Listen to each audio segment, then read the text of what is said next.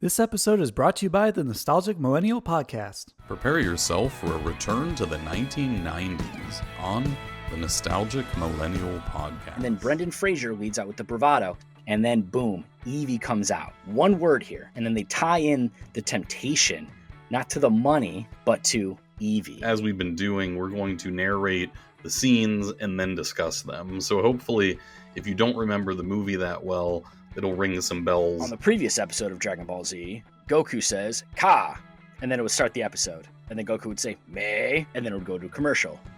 Ha, commercial. May, outro. The moment with Binks flinging himself at Winifred, it's such an epic sacrifice. This is Paul. If you're feeling the nostalgia, follow our Instagram for much more. And this is Matt. We'll see you next time when we return to the 1990s on the Nostalgic Millennial Podcast.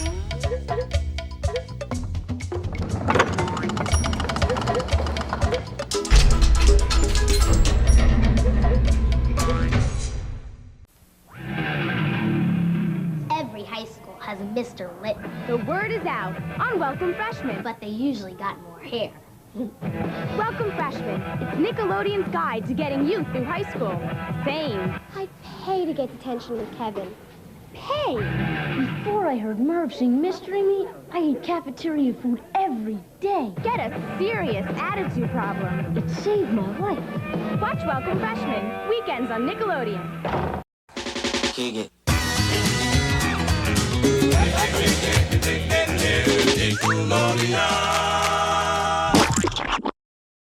Welcome, Slimesters, to Splat Attack, a podcast overflowing into the slime-filled past. I'm your Mervumentary movie maker, Brett. And I'm your popular locker jock, Alex. And Brett, Yes. what brings us back to high school today? Glad you asked, Alex, because ever since episode 3 of our podcast, featuring a versus between 15 and Welcome Freshmen, I've been dying to explore Hawthorne High a little bit more and see how teens lived their lives back in the 90s, especially since I wanted to be one of them back when I was a young, budding 90s Nick kid. It's a good thing the slime tank has a time machine function because 2020 teenagers are far different from the ones that we grew up admiring on TV. So I barely even understand the lingo that's going on now. True that, homie. And that's why we're doing our top 5 Welcome Freshmen episodes today. Word to your mother. Nothing like a few life lessons to learn from freshmen who came, saw, and conquered before us. Absolutely. I'm really excited about what I'm really excited, though, is that we have some followers who have reached out and told us that they're excited for this episode. I really feel like this community that we're building is pretty vast because we get a lot of people who respond to things of like, Hey Arnold, which is widely popular by late 90s to late 90s Nickelodeon fans. But now we're getting those who enjoyed these really niche programs like Space Cases and Roundhouse and now Welcome Freshmen. And I'm really excited about this. Yeah, we don't discriminate. We don't discriminate about sharing the love of 90s Nickelodeon around. So no matter how small or even forgotten some of these shows are, you know, we want to give them the attention, the love, the passion, and the care they rightfully deserve. And we're just so happy and thankful that we have other people to share it with us, like both on this episode today and, you know, the people who listen to us, our Slimesters and Gackoids. Absolutely. Well, before we get our guests in, I think I hear the school bell ringing. Oh, guess it's first period. Hey, Alex, can you hold my books for me while I open my locker? You know, they're kind of heavy. Yeah, sure, buddy. Just make it quick so we're not late. I don't want to run into Mr. Lippman and get an after-school detention. Don't worry. I just gotta get my textbook, you know, and my leftover frozen yogurt and my okay. All right. What do we have here? Just how long have you been keeping our fellow freshmen in there? I don't know. I swear, Walter must have been keeping them in there, and you know, forgot after Lippman busted, you know, his term paper business. Oh boy. Anywho, now that we've aired out the locker, welcome to the show, Arian, Brock, and also welcome back, Chris. How y'all been doing lately? How you guys doing? It's good to see you. Fantastic. Thank you. Thanks for having us. Yes, thank you guys for being here. And as we had said at the very beginning, thank you so much, Chris, for coming back after our third episode and one of the first pairings of celebrity guests that we've had. And thank you, Arian and Brock, for taking the time to come out for this. And actually, it was thanks to Arian that we're able to get Brock, and I'm very, very excited about all this. So thank you guys so much. Same. So Not glad to at be all. here.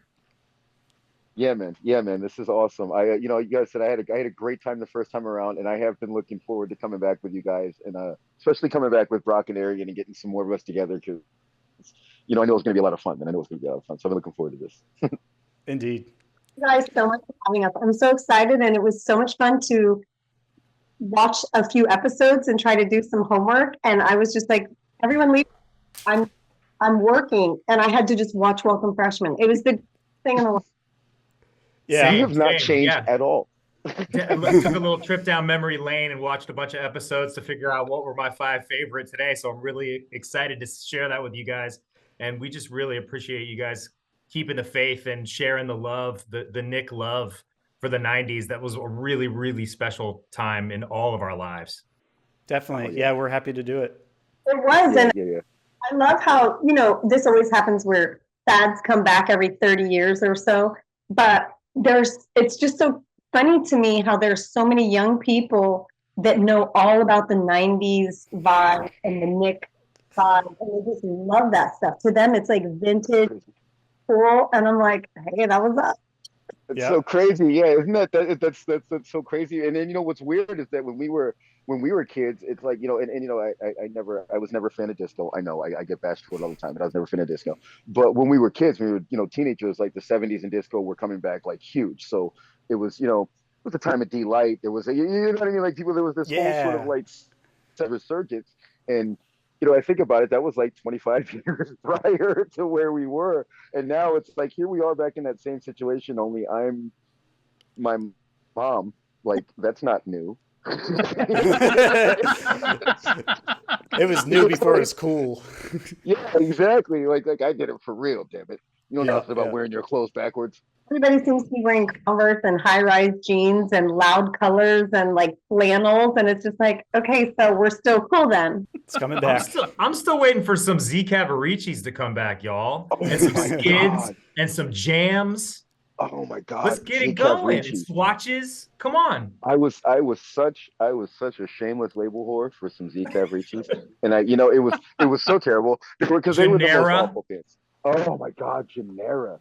Well, while we're reminiscing about Welcome Freshmen, I definitely got to ask you this and kind of hone in on some of these memories. What are your most vivid Welcome Freshmen memories of being on the show? Opening the floodgates. Well, yeah, I know. I was just thinking. Let me go through stuff that doesn't have statutes of limitations on it. yeah, right. You know, I was just watching the Othello the Sophomore episode. I can't remember if it was season 3 or season 4. Wow. It was 3. I think that was 3. That's actually one of my favorites. That is. Funny. So randomly, I remembered that the wig that Jocelyn had, so Alex, who was Grant's girlfriend, do you guys remember that wig was super smelly? No. I just remembered that when I was watching that scene, and we were all laughing and like, smell this. No, this wig really stinks. Oh my wonder what it's made out of. What was the matter with it? I was actually going to ask, and I don't know if Arian remembers this because this is pulling on one moment out of one episode, but I forget which episode it was, but it was one where there were the 2 other teenagers who kept calling Aaron Squirt, and she was getting more and more frustrated. Yes. No, it wasn't the first one. I think it was like the 2nd or 3rd episode of the season. But at one point they had called her Squirt, and then Aaron took her books and just smacked the fire out of one of the guy's arm. I mean, you could hear it pop. It wasn't one Actually, of those. I remember that. Staged ones. It was a loud smack.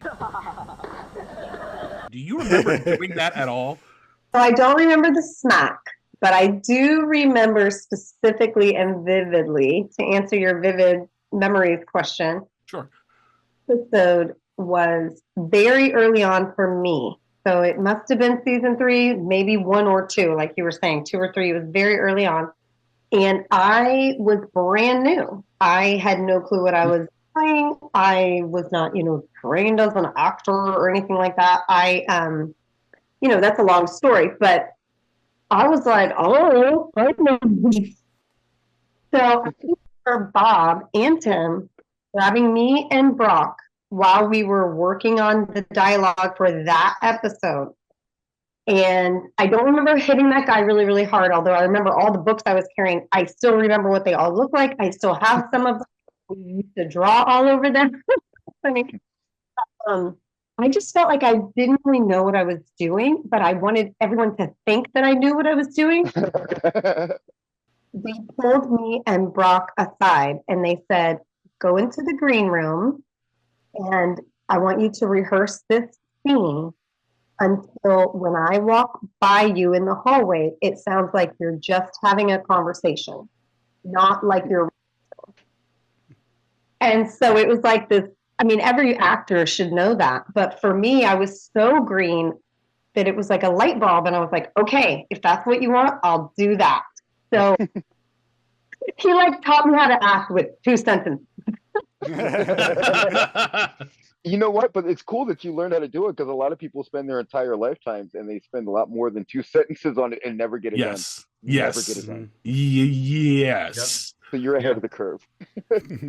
We did not leave that green room until we felt like when someone walked by, they just thought we were talking. And then okay, let's do this. And that was that episode. I do remember that specific thing, and Ari and I have talked about it several times since. And I want to say that was Adam Weiss. Was that the director's name? Weiss. Yeah, that would have been Adam. Right?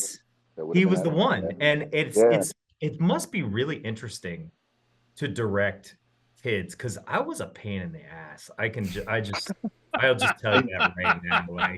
And you know what's funny? Because you were one of the more well-behaved ones too. Yeah. So, depending on what mood you're in that day, like whether you're helpful or you're not. I remember there was a scene where I want to say Arian and Rick were in the library, and I was like a walk-on in that scene. And I was so I did not have the patience to wait for my freaking turn to come on the set and say my thing and then leave. And I literally, the director had to pull me aside and was like, what, dude? What's the problem? You just gotta wait for your thing and then come on and say your thing and then leave. And it was just, I was having some teenager day and I couldn't do it. Sometimes you just gotta be rebellious. Yeah, you do. We did a lot of that, man. I think we did a lot of the rebelliousness. Yeah, I think it was in vogue in the early 90s too. We were a lot. Definitely. We were a lot. I appreciate the patience of all of those people. Oh God, the poor Wranglers. Do you remember? Phil Galata. Remember Paulie? Poor Paulie. Paul. Oh my God. Nicole. Paul Teresio. Nicole. Oh yeah. Geez. These were the people that were our PAs. Unceremoniously charged with wrangling the talent on the Pin. show, and they just. Oh my God. Yeah. Oh remember my God. Pin? Yeah, I do remember Pin. Abby Ginsburg. Yeah, they were just so infinitely patient with us, and like Brock said, we were teenagers and wild and sometimes not, cooperative, but they were, Paul. I never remember Paul or Phil or Nicole ever once snapping off or losing it on us or anything like that, and God knows we pushed the boundaries. I mean. I can't even imagine what it must have been like. We had an hour for lunch, and then we're like, yeah, we're gonna go eat lunch at the grill, and then go ride Hanna-Barbera 4 times. What? No, dude, you need to go back. You need to go back. Yeah, no, we'll be right there. It's just we're just gonna get up to the front, so it won't be that long. And over and over again. I can't imagine how they put up with us. Man. Well, not to mention Mike Speller and Janice Benson, the other grown-ups, the talent that had to work with us in a scene. Okay, I did want to ask you about this, and this is weird. This is indicative of my abused memory. But Brock, I'm pretty sure you'll remember this because you were there. Arian, there was a scene that we were doing, and I don't remember I feel like the three of us were all part of it, but they were doing. I feel like they were doing cutaways, um, because we were all giggling and laughing like hysterically, like nonstop. So people weren't able to get through their lines. And just trick of the trade for anybody that doesn't know that's listening in movie magic or TV magic, when an actor can't get through his lines, they do cutaways. So that way it relieves the actor from having to remember or say everything at once. You know what I mean? Like you have one job, but when you can't do that, they'll just cut the scene away and do like different, So we had this scene and Arian, I think at some point during the scene, like maybe you had like an eyelash get in your eye and your eye twitched. Do you remember? There's your answer. She's covering her face right now. Do you remember? Okay, so I guess you remember that. So her eye twitch, Brock. I swear to God, I feel like you were there. But like but she's such a soldier. Like that's the thing. Like Arian will tell you that she was brand new and green and she didn't know and all very very true. But she definitely had the best work ethic out of I think pretty much any of us on that show in terms of just 100%. in terms of just like showing up and just being present and like you said, like she mentioned doing homework like it was an off thing. She likely watched all 4 seasons before. You know what I mean? Because she was always very, very, very prepared. And for her, like when stuff like that happened, it was like she really kind of took it to heart because she wanted to get through it. She wanted to, so she had this little eyelash or something stuck in her eye, and like again, Brock, I might just be trying to spread the blame here, but I feel like you were there. But I know I have to be culpable for myself.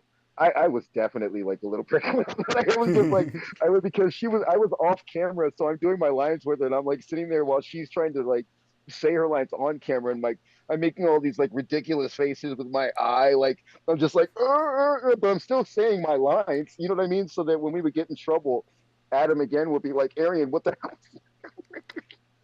It just went on and on. Like, and I imagine like now as an adult still working in movie magic, you realize that like dollar for dollar, it's like on a production for that, it's like $5,000 per hour or something like that. Wow. That people are spending, and we're over there just we'll just take another 30 minutes to shoot this, no problem, because you guys don't have anything else to do today. Yeah, if you think about that, the weight of it will like stop you from like speaking, right? You're just like, that's all on my shoulders right now. And I think we talked about this, but we didn't talk about it since you started recording. So I think it bears repeating the Shawnice episode when Shawnice, I Love Your Smile fame, came on the show. Was that Reaching for the Stars? No. It was what rhymes with liar. Okay, there you go. With liar. So there was a Shawnice was on episode, and we all went out to lunch together. I think we did that on a regular basis, maybe once a week. We did. We would go somewhere and get lunch, and Shawnice went with us that day, and we were singing Nothing But a G Thing by Dr. Dre and Snoop Dogg, and just all together, and just being like with Shawnice as if she's your buddy that you grew up with, and just singing all the words. That was my jam. I'll never forget that. Yeah, it was. We played that. We played that CD till it skipped. Like we played that CD regularly. Yeah. I have pictures of the day that we went to lunch with Shawnice, and I'm going to send them to you. I just couldn't find the album in time. Are you serious? I took the picture. I was sitting in the back of the van, and Shawnice is right in front of me. It was one of those 11 passengers. And she just turned around, and she's so cute, and she's just leaning on the thing. I have that picture. And then the two of us are together in the picture, and we're all in the van. Oh man, you guys are like just exploding with Welcome Freshman goodness. I don't even think we're going to have any left for our top 5 picks.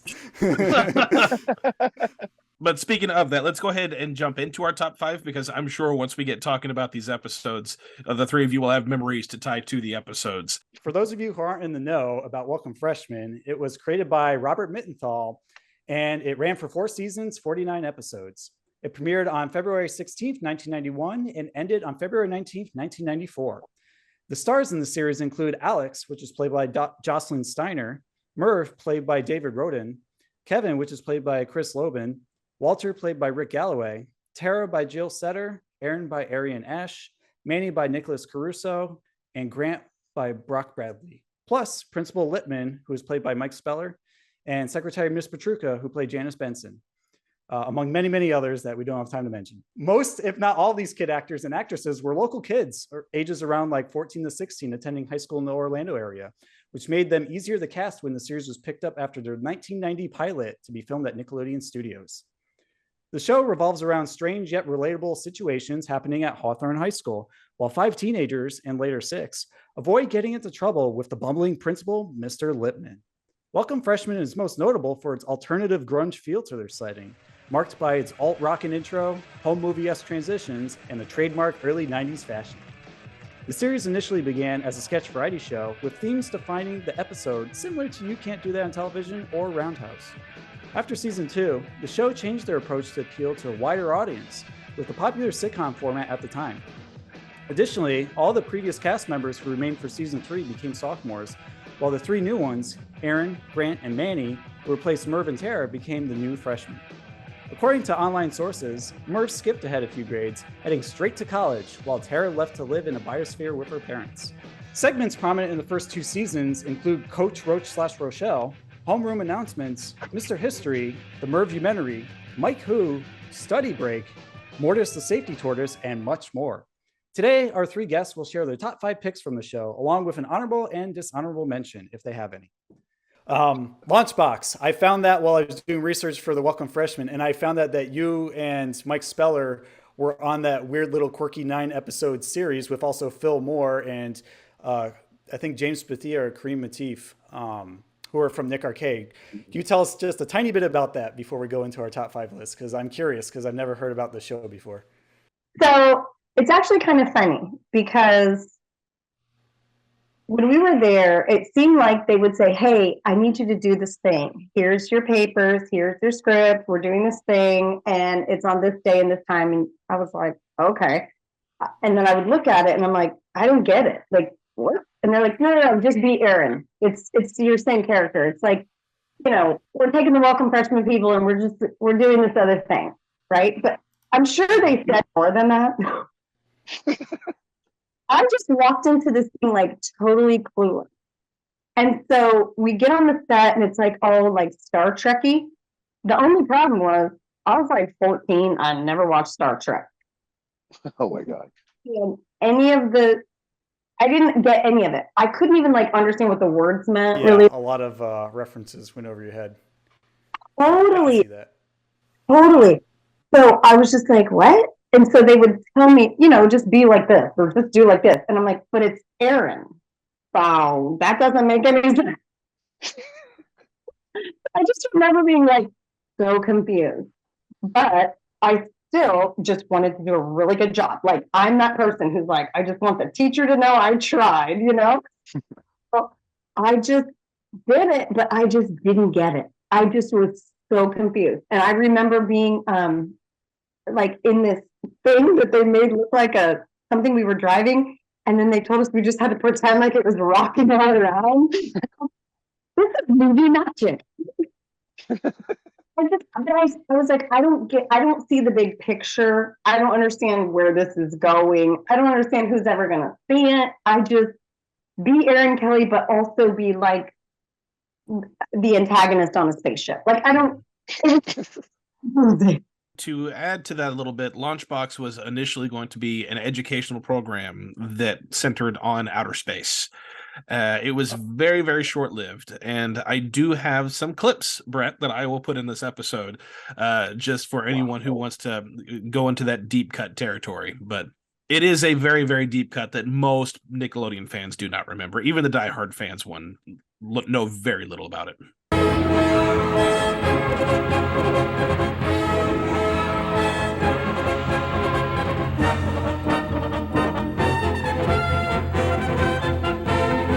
To boldly go. Watch it, buddy. Sorry. To boldly go where no one has gone before, except on that popular space show everyone's seen on TV. We've reached Copernicus base, Captain, and we're receiving a call. Probably our orders. Put it on the screen. USS Stargazer, this is Inspector General Carson of Starbase Command.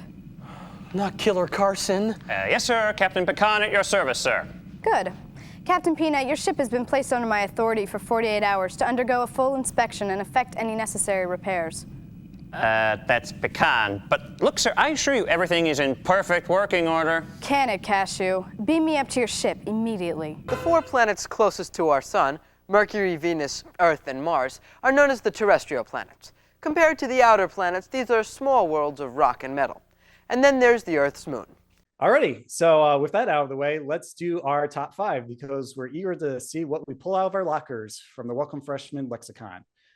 Starting off, Alex, what is your number 5 pick? Number 5, I've got a pretty good mix of all seasons, but mine is from season 1, and my number 5 pick is Authority. I really liked season 1 overall, just for the uniqueness that it has, because most Nickelodeon shows weren't like that type of a sitcom / variety vignette style. I mean, yes, you had You Can't Do That on Television, but that was really the only one. This was a really good successor of that, and not really any other Nickelodeon shows was doing that, especially at this time. So it was really unique like that, but they're all so freaking similar that it's hard to pick a favorite out of this season. But the Authority episode I really liked because for the first time, we really got to see Vice Principal Lippman have an authority figure that was over him, and he was worried about somebody else becoming principal and taking over his responsibilities. But another thing I really, really loved about this episode, and it's very, very just subjective to me, Brett knows I am a huge James Bond fan. And at one point, Mr. Lippman goes into his office to confront the new fake principal, and he's got his back. The chair is rotated around, so you just see the back, and you see the white cat, and he is petting the white cat like the claw from Inspector Gadget, which alone is an homage to 007. Yep. So for that one moment, the whole season as a whole I really enjoyed, but that one little moment, and also seeing Mr. Lippman genuinely afraid of somebody who's in his authority, I really enjoyed those two. But that is my number 5 pick. Nice. Cool. Arian, what is your number 5 pick? Okay, I'm going to say Hawthorne Confidential. Season 4, episode, I thought it was episode 13. I might be wrong, but it's Hawthorne Confidential. Mm-hmm. The reason I like that episode specifically is because it features the relationships between, this was when the show took a turn and it went from that sketch comedy, layout, so to speak, to the more of a drama, right? More of a sitcom. And so that particular episode really hones in on the different relationships between the pairs of people that they had, structured in the show itself. So I just really like that one. It really touches on each little personality really well. Yeah, I especially liked Alex's documentary that she did on everyone as they're going through like their romance issues, and the cheesy 70s music that she had in the background when she played it. Dating. Going steady. Breaking up. What's it all about? Who are the winners and losers in the game of love? These are the questions we'll be exploring as we wander through these halls, this tunnel of love. So for my 5th pick, it is The Grass is Always Greener from season 2, episode 9. So The Grass is Always Greener, I like this one because it shifts power dynamics. It involves like Jill becoming the teacher in the beginning and Billy Cushman kind of giving her a hard time. And this is one of those episodes that exemplified that because all the boys took his lead in making silly faces and stuff at the mall area where they gather. I really like the shift of the power dynamics here, especially with Lippman being the gym teacher and Coach Rochelle being vice principal. The mockumentary about the French spies where they infiltrate the bathroom with Mr. Lippman in there and killing his camera for the first time on the show was pretty hilarious. I got a good chuckle out of that. So that pretty much sums it up. It's like if you want to see something where things are kind of swapped, that's an episode worth checking out. And I also want to mention how like Billy and Alex were like gender reversal in their outfits to try and pick up dates. I do really like that they had Alex gender swap, because most times you see boys gender swap to be girls in almost all these kind of sitcom formats. It's very rare to see a girl be in a boy's shoes. So that was kind of fun to see. I think they actually had us in drag for one episode, if I'm not mistaken. They did. A couple of times they did. Yeah, a couple of times. Yeah. Okay. I actually still have the outfit. So. Oh, nice. Do you like to wear it on weekends? Weekends. Happy hour. Well, that's an interesting point, Chris, because it makes, when you say you guys were dressed in drag, it makes me wonder how much or what parts of, especially season 1 and 2, but really the whole show would be canceled these days. Oh yeah, like can you even put like teenagers? Well, I mean, I don't know. That's a good question. I mean, would you 90s get dragged for putting TV in teenagers general, in drag now? like some of the things that were standard practice, you'd be like, oh yeah, you get some calls. Oh yeah. You're gonna get some calls. Oh yeah. Even like the way the seniors wanted to beat up Manny, or beat up Walter, and he would be, I can't tell anybody, and it's like, no, today on TV they would tell you, no, you have to tell an adult, tell a trusted adult. It's gonna be, but Walter would keep it a secret, and in the episode I'm Dead, he's about to get beat up at the end of school, and he works the whole episode to just try to get out of it, but never tells a trusted adult, which is, that happens in every sitcom. Every single sitcom, that's the formula. Don't tell the trusted adult. E.T., Big Hero 6. It's for the issue. You never tell the adult. But today, they would never even let a bully come on and say, 3:00, I'm going to beat your butt, blah, blah, blah. Like, it just is like, no. I don't even think you're allowed to write bullies anymore. I think that's not like a thing. Yeah, going along with things that Welcome Freshmen did that you don't see in kids' TV shows now is season 1, there was a few uses of the word sexy. Yes. Yeah, I caught that. Merv is the bravest, sexiest, most wonderful human being I have ever known. And I think even in season 1 and in season 3, they used the term jackass.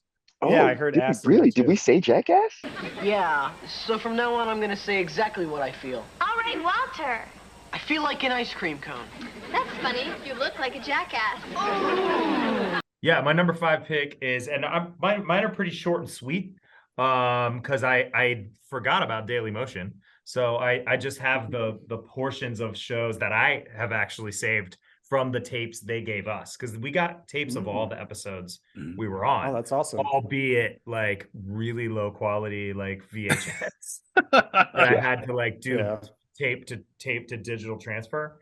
But number 5 for me is Othello the Sophomore. Yes. Good one. And that's primarily because I feel like everybody's characters, they're characters as they're themselves, got to kind of come out in that episode. And so Aaron was very kind of studious and was working hard, and Alex was the same thing. Like, she wanted it to be a really good show, and for the Shakespeare production that they were doing. And I think so that I think it kind of let everybody's character come forward. So that's my number 5. That's on my list too. Agreed. That's a great one. Yeah, definitely on my list. And just it's kind of meta to say, it's like a play within a play, and a bunch of actors playing actors. Like, it's kind of cool. And speaking of going back to things that you would not see happen in TV today, first of all Shakespearean plays to choose for a kid's show, Othello would likely be the last. and of course I'm thinking, well, of course Kevin's going to be the lead character, because you have to with this play. Have to be. Yeah. And then to see that what you would not see is Kevin not play that character, but instead it go to Walter with all the cultural appropriation that's going on right now. It's like, nope, they would not allow Walter to be Yeah, that's Othello. another one you'd probably get some calls about, definitely. All I know, remember seeing that script. I was like, what the hell? Walter gets to be Othello. all I know is I heard Denzel plays the very best Hamlet. So it really doesn't matter as long as it's not a historical thing. True enough, right? Yeah. And Chris, Thanks. you said that one was going to be your picks as well. Yeah, that was Othello was definitely in my list. My number 5 was the Harvest Ball, actually. I really liked the Harvest Ball. I thought it was a very cool. It's weird. As I was going through like my favorite episodes, I found that the episodes that struck me that were closest to me had more to do with the experience of shooting that episode than it did with the actual show itself. Sure. So like for me, like the Harvest Ball, like Gwen was there, and Gwen was, I had a girlfriend. Kevin finally got a girlfriend, and it was a major like coup for me to have secured a girlfriend on that show. It was a fight. They did not want to give me a girlfriend at all. They were not like comfortable with showing me having a girlfriend or whatever. So that was like a big thing. Like we had to fight for that. So to have Gwen there at the Harvest Ball was like a victory for me. I really liked that. I liked that there were several episodes where Kevin was not really, he wasn't a dumb character, but he was shady on certain things and airheaded on certain things. Yeah. But that episode, we really got to see him be a genuine, caring individual for somebody else. And I really liked that persona of that character. I wish we got to see more of that.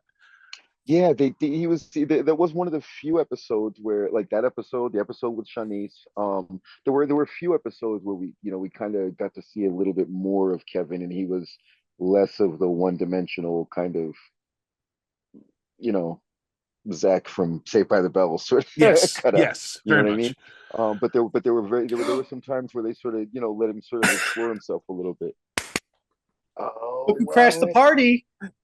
Well, for those of you who are listening, because we have our episodes for both video and audio. For those of you who are watching, you're well aware who joined us.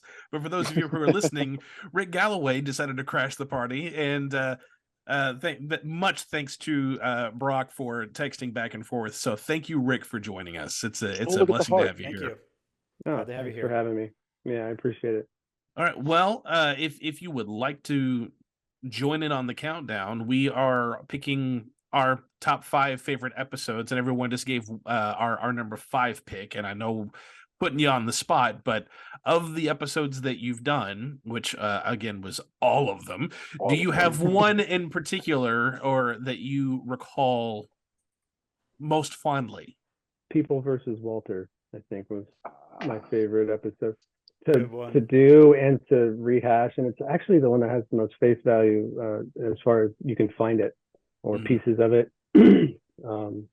But it really gave me a chance to kind of be center stage, I think, and then the things that went on in that episode were downright hilarious. We really had a good time with that one. One of my favorite memories is from that episode. And I have to agree with Kevin, when he said that a lot of times the things we remember most are the things that the audience never saw. It's just that how fun it was to shoot it. But in this case, the People versus Walter has one of the greatest moments of Welcome Freshmen, in my opinion, and my sister also agrees with me, so I can't be the only one. When Walter, it never gets old. When Mr. Lippman is standing in front of the oil painting and Walter is on the motorcycle and he takes the hammer and he hits Mr. Lippman with the hammer really quick, and then he like slowly rolls away on the it's not on. We're like on a soundstage and he literally just walks.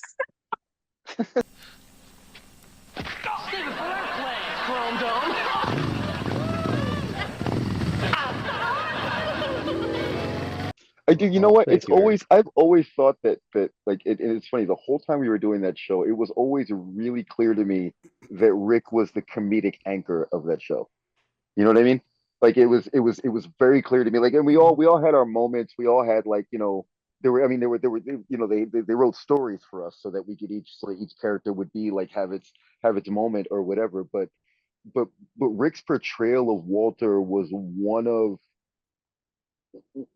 like the fundamental, like, I think, anchor pieces of that show. He was, you know what I mean? He was one of the few characters that, like, at first glance, you look at Walter and it doesn't seem like there's much going on there. But as you watch Welcome Freshmen, like, he's one of the more fleshed out characters that they have. You know what I mean? He's one of the more multi-dimensional characters. He really is. You know what I mean? You really do see more facets of Walter's personality there that I think, and Rick did such a great job, like, bringing life to it. You know what I mean? He just committed. You know what I'm saying? He just committed, like, every time. It was like, Rick was on stage and he was Walter.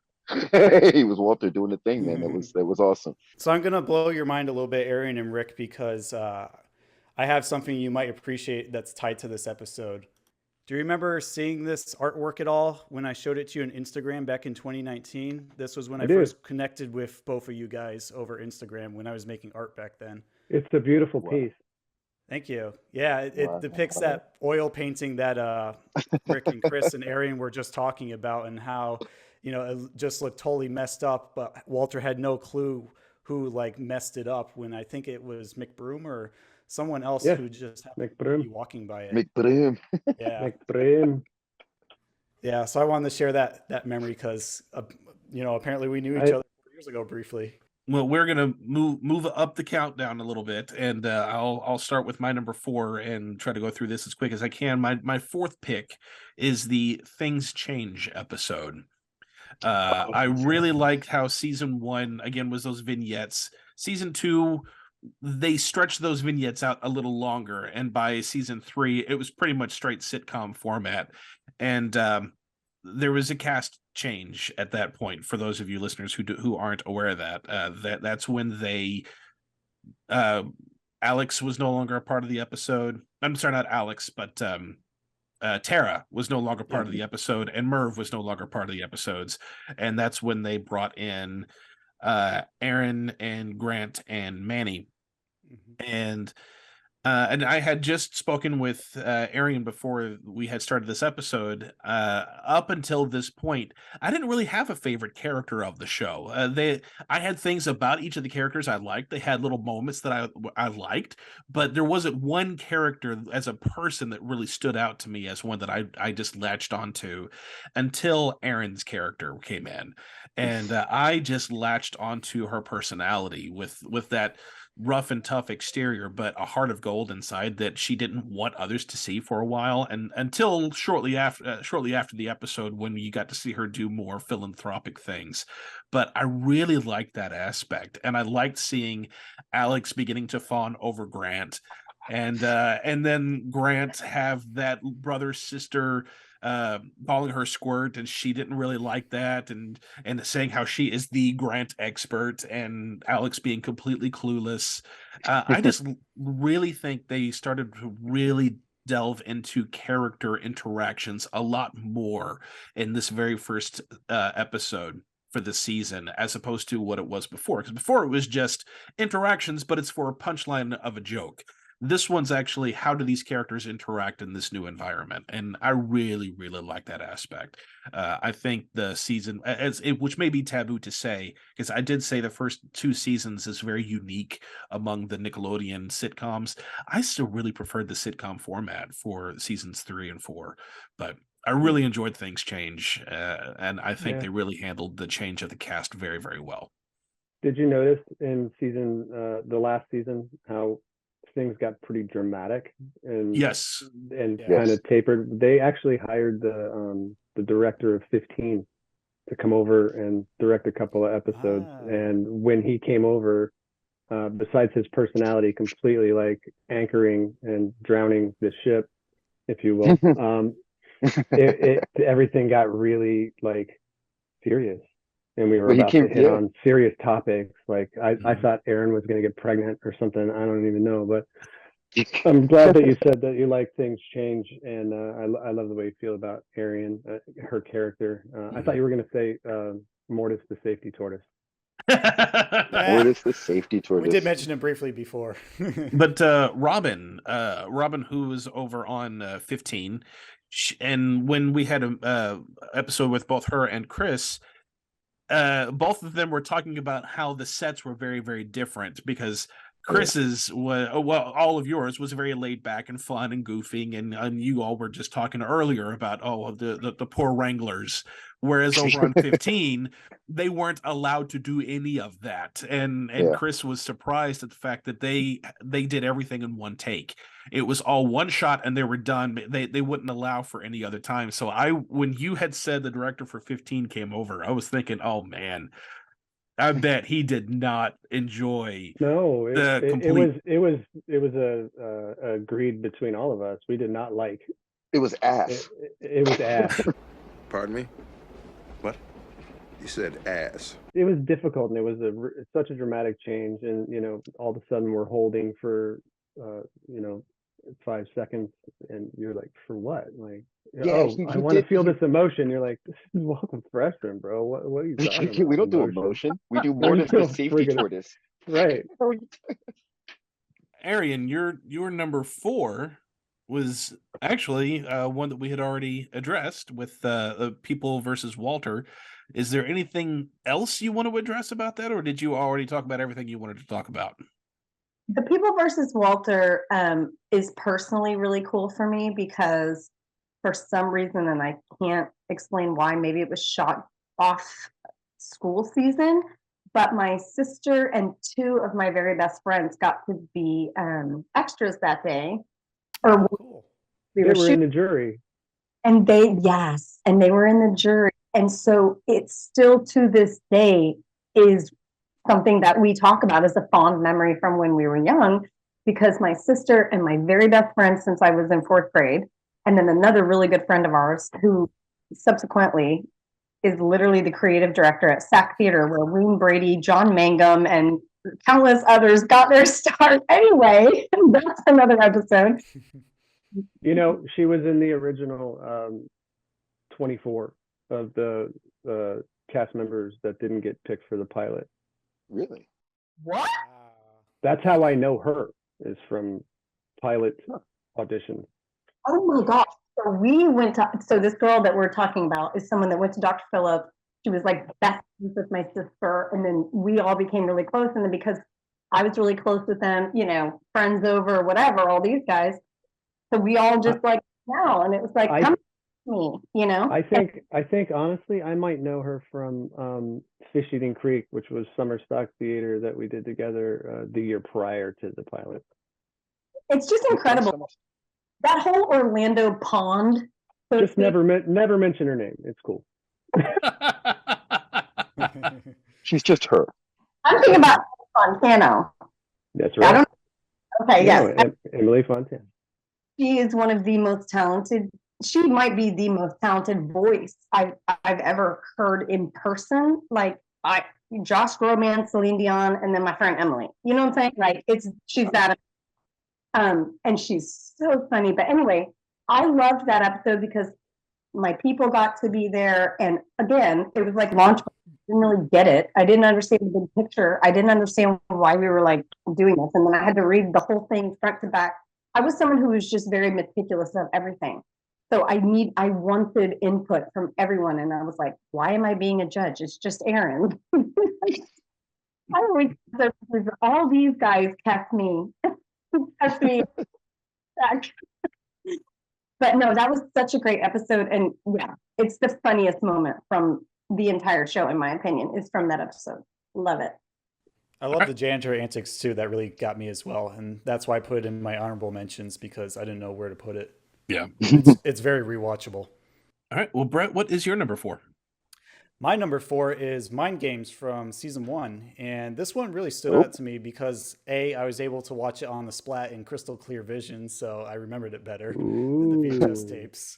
And B, I really love the cheerleading bit at the end with Coach Rochelle and I think Alex and Tara like trying to come up with a really witty, peppy type of cheerleading thing. I just remember like Tara doing a split and being like, "Oh!" and then it just cuts the credits. It's just that had me rolling on the floor when I saw that. Just the kind of candidness that you'd expect from this show. You know, I like the psychology bit at the beginning with Merv pretending to be like Sigmund Freud for Mr. Lippman, and he's telling him his problems, and he clearly couldn't tell it was Merv, even though he's just wearing like one of those fake costume beards. I really like, you're going to appreciate this, Rick, because my favorite scene of this episode is when Merv does like the whole hypnotizing thing to kind of attract girls to him, and instead it works on Walter. And Walter just comes up to him multiple times. He's like, "You are the sexiest, most loveliest character ever. I need to have you, Merv," or something to that extent. that really got me. So a lot of great jokes in this one. That's why it's my number 4. Brock, what is your number 4? So I got to piggyback off of your number 4, which was Things Change, because that's spoiler alert. That's my number 1. Oh, because okay. I feel like it was a new beginning, and you kind of like leaned into that a little. Anything was possible. There was, you have these new characters and the reinvention of the current characters. And, it sounded like it's really interesting because you could tell there's kind of two classes of freshmen, if you will. We got the OGs, Rick and Chris, and then we got the newbies, me and Arian. And it's very interesting because we're all friends and we've talked a lot. And but I'm getting to hear some of their impressions of what like seasons 3 and 4, and it's really interesting. So thank you for the conversation. Number 4 for me is Rainy Day Women. And that is for the simple fact that I believe it's the first time, I could be wrong, correct me if I'm wrong, guys, but that Walter actually has a love interest. And my gosh, I remember. We've talked about Walter as the Chris called him the comedic anchor, but I have always thought of Walter's character as the heart of the show. True. So whatever's happening, like, he's the center of like the real emotion of the show. And so for him to have a love interest, that was really cool. And I think it was a new phase, even kind of late in season. I think that was season 4. Yeah, it was season 4 near the end. Right? Rainy Day Women. I've got it as episode 4, but my nomenclature might be wrong. So I thought that was really cool. And then Lippman had love interests. I mean, like probably like several times per season, but he also had one in that episode too. And that was more of like a comedic spin on that. Lippman was kind of a player, though. You're right. He did have several love interests. He was always trying to impress some lady. So, and to no avail, right? Like to no avail. Yeah, that's true. A lot like Kevin that way. Sometimes he'd even have competition too, because I think the history teacher, Manhart is his name. Oh, yep, Manhart, yeah. And I think one of your picks, Arian. So I really like that he had a rival to kind of really make him step up his game and try some really crazy schemes, or, have a little battle to see who can get farther with their advances. Going to Chris, what was your number 4 pick? Oh, wow. Actually, it's kind of obscure. Maybe there was I think it was episode 6 in the first season, and I believe it's called Language. Language, okay. Yeah, I think it's called Language. Oh, yeah, your little parody commercial bits. No, that was that wasn't it. This is the one. The Language was the one where it was the Mr. History, and it was really just for this one part. There's a segment of Mr. History where we go back to like the 30s, 40s, and we're like bubblegum gangsters. That's right. Yeah. That was definitely my number 4, and again, purely because like I don't think well, I guess okay, so maybe a little bit content wise, because they did sort of work in some like 40s gangster speak that was kind of fun. I did my absolute best to give forth like my truest interpretation of a Bugs Bunny gangster. It was great. Yeah, everything was like this, see? Like everything was always, and we just had like we had these cool like pinstripe like zoot suit hats, and I was just very enamored of the wardrobe. And so that was my number 4 because I just had a great time playing dress up with that. And I'm pretty sure I don't remember us having. I don't think we had actual guns. I think they had us walking around with like violin cases. Yeah, Right? cases. If I'm not mistaken, yeah. It was like Yeah. we were just walking around toting violin cases. So what am I missing out on? Did you task everyone to do a top 5 episodes? Yeah, So, everyone was okay. picked 5 episodes. So you Sorry. had said that People versus Walter. What's another one that you really remembered? I guess number 2 would be Othello the Sophomore. It was a really, really fun That's popped episode up to on do. everybody's list. Has it? Yeah, I mean, it was fun to do, and I mean, it made the rap tape really heavy, which was really fun. That's our favorite part of kind of each season, is to take a look back at everybody's flubs and mishaps. That's hilarious. You know what? Okay, so actually, while we're talking about Othello, there was one quick moment in Othello that I remember shooting, really well. There was a line that I had on stage like during the play. I think it was "Peace and be still." I think that's what it was. And Was it peace or pace? It was pace. Pace and be still. Still. I think it was something like that. Some bloody passion shakes your very frame. Peace and be still. And I did it. I did the line, and it was, we're shooting, so the entire soundstage is quiet, and then through somebody's headphones, I could hear Bob Mittenthal laughing. All you could hear was ha ha ha, and it was loud as hell. So we had to stop. We had to cut the take and do it again. But that was just one of my favorite moments. I was like, yes, I cracked up Bob. That was always like a good thing. When you could crack up Bob or crack up Tim, you did something. You always felt like a little extra special. You know what I mean? It was like, yeah, I nailed your line, buddy. That's what you wanted. And I will say that this episode was one of my honorable mentions. And the reason it was my honorable mention is because I do a lot of community theater. And in the 90s, there was a lot of episodes of various shows that did the theater. It was the theater episode. They do some kind of a play. And most of them were okay. But this one I felt really was a good example of what it's like to be in theater. It got a little, it took the Welcome Freshman route by the end and went really over the top and silly. But throughout most of it, from auditions all the way through the understudies and to work with an actor who doesn't want to learn their lines and someone who is very much about wanting to learn their lines, it really did a good job of encapsulating what it's like to be in community theater, and I really, really enjoy that aspect of it. Nice. My number 3 is the communication episode from season 2, and it was actually something that we were just talking about in our intro with how we don't understand the 2020 lingo anymore, because I really liked the aspect of this episode of Mr. Lippman going around with a dictionary that was explaining all of the lingo that the freshmen were using, and he was completely misinterpreting. I mean, he had the words correct and what it meant, but was completely getting the wrong message. Do you think we invented the Urban Dictionary? I think we did. That may be the first time I've ever known of one. Do you think that Tim and Bob's brainchild was really just the Urban Dictionary? It's the Urban Dictionary, yeah. I wonder if they know that.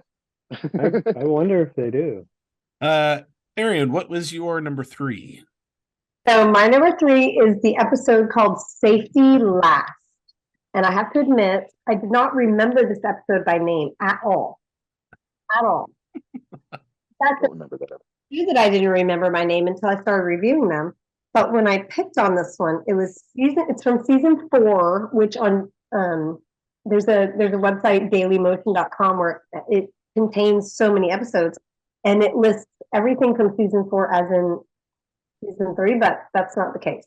So it was a season 4 episode called Safety Last, and it's when Lippman has some inspector coming in to make sure the school is all up to code, and that actor, I looked at it today and I was like, he worked with my mother as an actor at MGM Studios when it was called MGM Studios, but now it's Studios. And I was like, oh my gosh, that's that guy. Like, I knew him when I was growing up. And it made me remember that there were so many local actors that were, well employed doing stuff all over the place on TV shows, on commercials, at Universal, at Disney, and they would walk onto our soundstage. They would be a guest that week, and I was like, oh my gosh, they're all so talented. And I'm like, I know these people. Yeah. Well, you remember Mike Speller, Doug Trulson, and Christian Trulson all worked at the Adventures Club at Pleasure Island.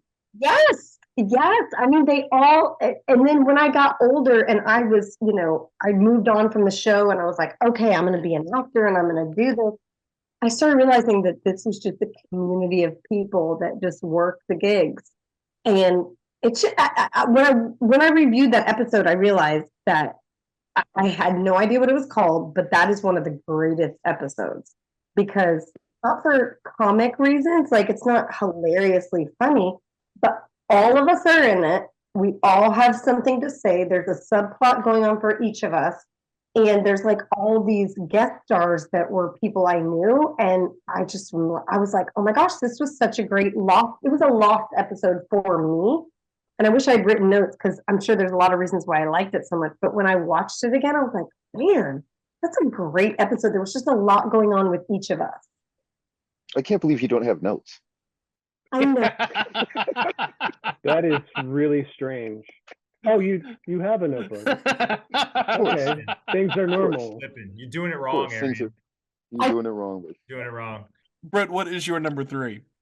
So my number 3 is Express Yourself, another season 1 episode. I like this one a lot because it's near and dear for like the art theming and finding different ways to express yourself for like music and language and stuff like that. I really like the opening bit with Alex like smashing Walter's painting right through him, and he said, "What? I was expressing myself," and it made her look like this weird like alien with like brain scribbles and like.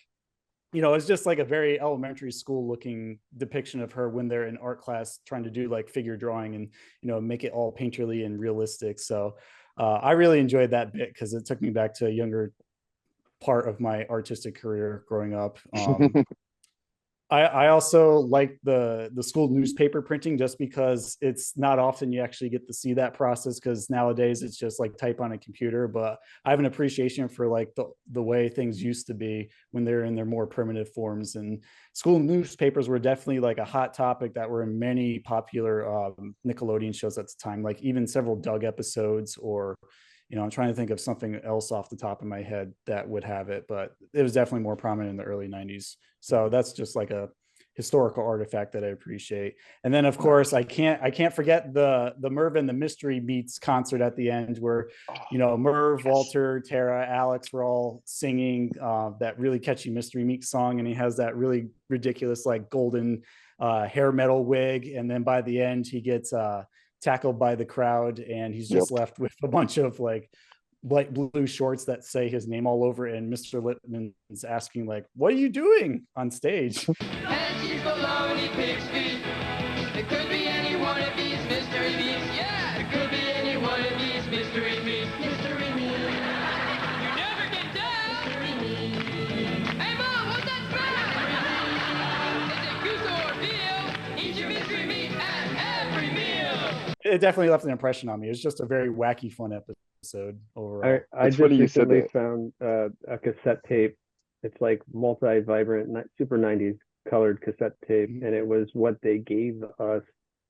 We didn't even know it, but David was recording Mystery Meat, the album, in days that we weren't with him, and he was all doing voiceovers or whatever.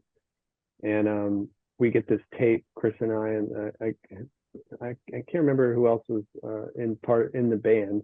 Yeah, that's true. Who was it? Me, you, Dave, and but we had to play those tapes and learn the lyrics so that we could be backup vocalists for that. And I found the tape. I have the tape. Wow, pretty crazy. I remember. That's another episode. If you pay close attention, they gave me a bass guitar and I play it as if it's a lead. Because I had no idea. I had no idea what to do with that. So No slapper? No slapper? Slap of the Nope. bass. Yeah, so yeah, there's a good indicator of how I was on the opposite end of the preparation spectrum from from Arian, where I was like, oh yeah, it's a guitar. This is what you're supposed to do with that. Like, That's fully did funny. not do my homework on that one. So Brock, what is your number 3? Oh, well, so here I have to also share a couple things because things come to me when you're talking about other episodes. Sure. And I don't want to interrupt people, but the people versus Walter going way back, it strikes me when I see the imagery and the videos from that, how young Arian was. Like in her judge robes, right? She looks like such a young child. And I think I don't know what it was about that particular wardrobe that was just like, she is just a tiny human being. It was too big for me. I'm like, That's what it was. She's like Judge Judy Jr. in the making. Totally. Judy Light. Before Amanda Bynes did it in the Amanda Show, Yeah. Arian did it first. And Yeah, Arian was thank you. And Arian was better at it. Fight me. Yep. What kind of monster are you? But look, we can butt hay all day, but you're still gonna lose. Prosecution, please call your first witness. I'd like to call to the stand Mr. Elliot Lippman. Order in the court.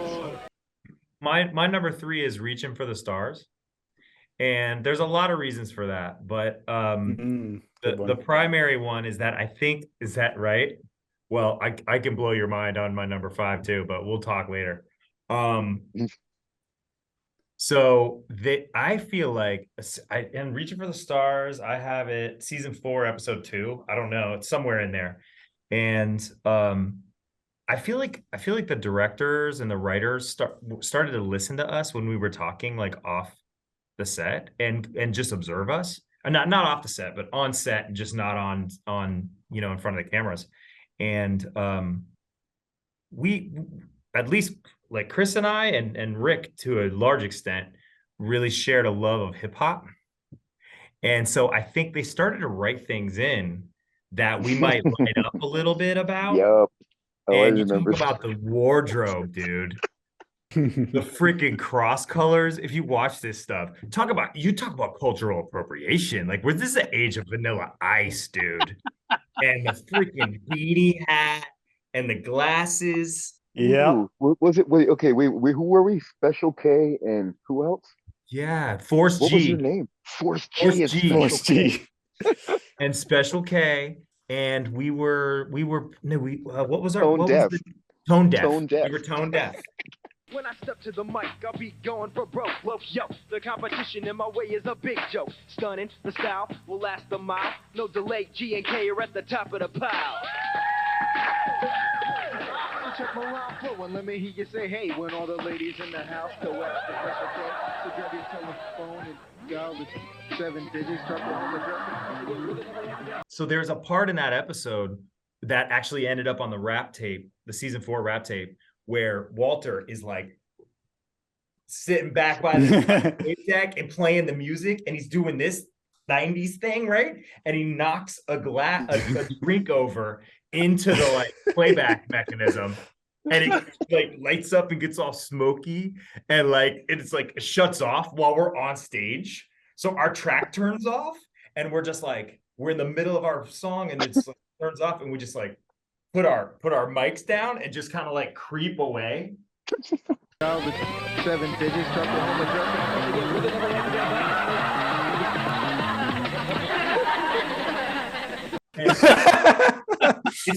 It's like, That was a Milli it's kind Vanilli of like moment. what Chris was saying about what we were experiencing as actors and people while the episodes were being recorded.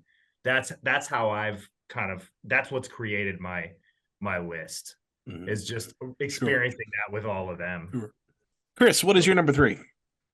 You know what? And I can't remember the name of it now, but it's the Shanice episode. rhymes with liar.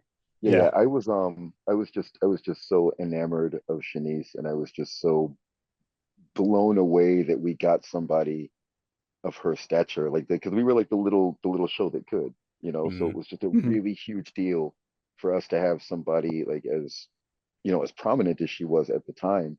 Yep. And I was also already like a fan of hers, like already like genuinely like a fan of hers, and crushing again because I spent most of that time crushing somebody. So and so I was just, you know, it was also one of the stories I think where we got to see a little bit more of Kevin's dimensionality in the whole, because he is sort of up to his old antics in a way, and just in terms of trying to get closer to Shanice and just be like, you know, a part of that. But then you also did get to see a little bit more depth from him that you normally don't get to see, and I was sort of happy to sort of be a part of that. And also, you know, I had scenes with Shanice, which was just, that killed me. I was like, what? I'm gonna have a scene with Shanice? What? Like I swore, like there was a good 15-20 minutes where you couldn't have told me we weren't gonna get married. I was sure of it. Turns out it didn't go that way, and it's fine. I'm okay with it, ish. But she's missed out. That, yeah, she's missed out, definitely. All right, Rick, what's another one that you remember the most? Coming in at my number 3 is the Lip Dramata strain. Yes.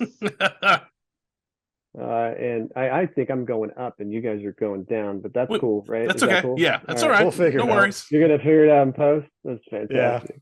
Big I time. love post. We'll do cutaways. It's my favorite stick. Yeah, Lip Dramata strain. It got me into a little bit of book reading and definitely science fiction. Yeah, that one's based off of the Michael Crichton book that was, I think, Andromeda. in the 70s. And there was like there was a movie adaptation a couple years later, and then a reboot, because I did research for this. This was actually my number 2. I'm getting ahead of myself. Wow. That's fine. Yeah. And this probably speaks to, you know, the writing team and the things they liked, you know, or the things that they enjoyed or thought were hot. And definitely science fiction was like some of their favorite cup of teas, you know, like that's what they like. But I tried to read the book unsuccessfully, and realized there was a movie and thought, oh, great. And then I was like, why did I watch that? I don't understand. Why did I watch it? I was too young to understand any of it, but it got me into science fiction in general, which I have a fond admiration of still. Well, at least you understood the references. Like I had to like grow up, get married, and have children that watched TV before I ever understood any of these references. Michael Crichton. That's a really interesting name. But back in the day, I was just so like dumb. But everyone thought I was so smart and so prepared, and I'm like, oh no, I am totally faking it, and none of you get that. Well, thank God you were talented.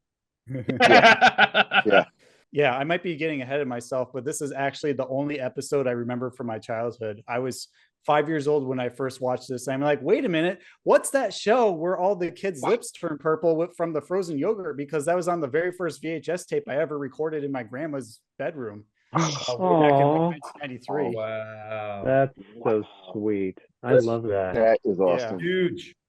And because of that episode, I also got into ET, because the scene at the end reminded me of Elliot conversing with ET in the government facility too. Yep. So it was just like a nostalgia bomb of massive neural connections in my head when I saw this. Wow, that's awesome. How cool. See, I just think it's really cool to have been a part of it too. Like, yeah. You know, it hits different now. Big time. Yeah. Rick, we just showed them. So you guys, we literally have original, no one else will ever have them, Polaroids of dressing room work. Yeah, that's right. With our lips. And I literally Polaroids. I don't have them any other way. I've texted them to them, you know. But I have Polaroids of lip drop. I literally do. Amazing. Yeah. Purple lips, McGurkin fry. Moving on with my number 2 pick, I have chosen the episode Conformity from season 2. And I really like how they treated Mr. Lippman in this episode. I seem to like episodes where they treat Mr. Lippman in a different way, because this was the first time when he was really taken off his high horse and he had to be part of the group of teenagers. And but the first time he walks outside into the hallway and sees how they dress, and he has to dress as them, he sees them as clowns.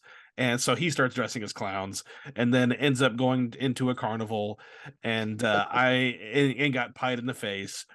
But I really, the rest of the episode was pretty much was fine, but I really liked seeing Mr. Lippman have to become that which he despises so much. Yeah. That was a really, really fun aspect, which also is very eye-opening for a lot of people of the old adage of you don't know a person till you walk a mile in their shoes type thing. And that was absolutely, that was very much what Mr. Lippman had to go through, albeit very comedically, but that was something that kids and teenagers need to be reminded of. Well, people need to be reminded of, but generally, yeah, good point. Well said.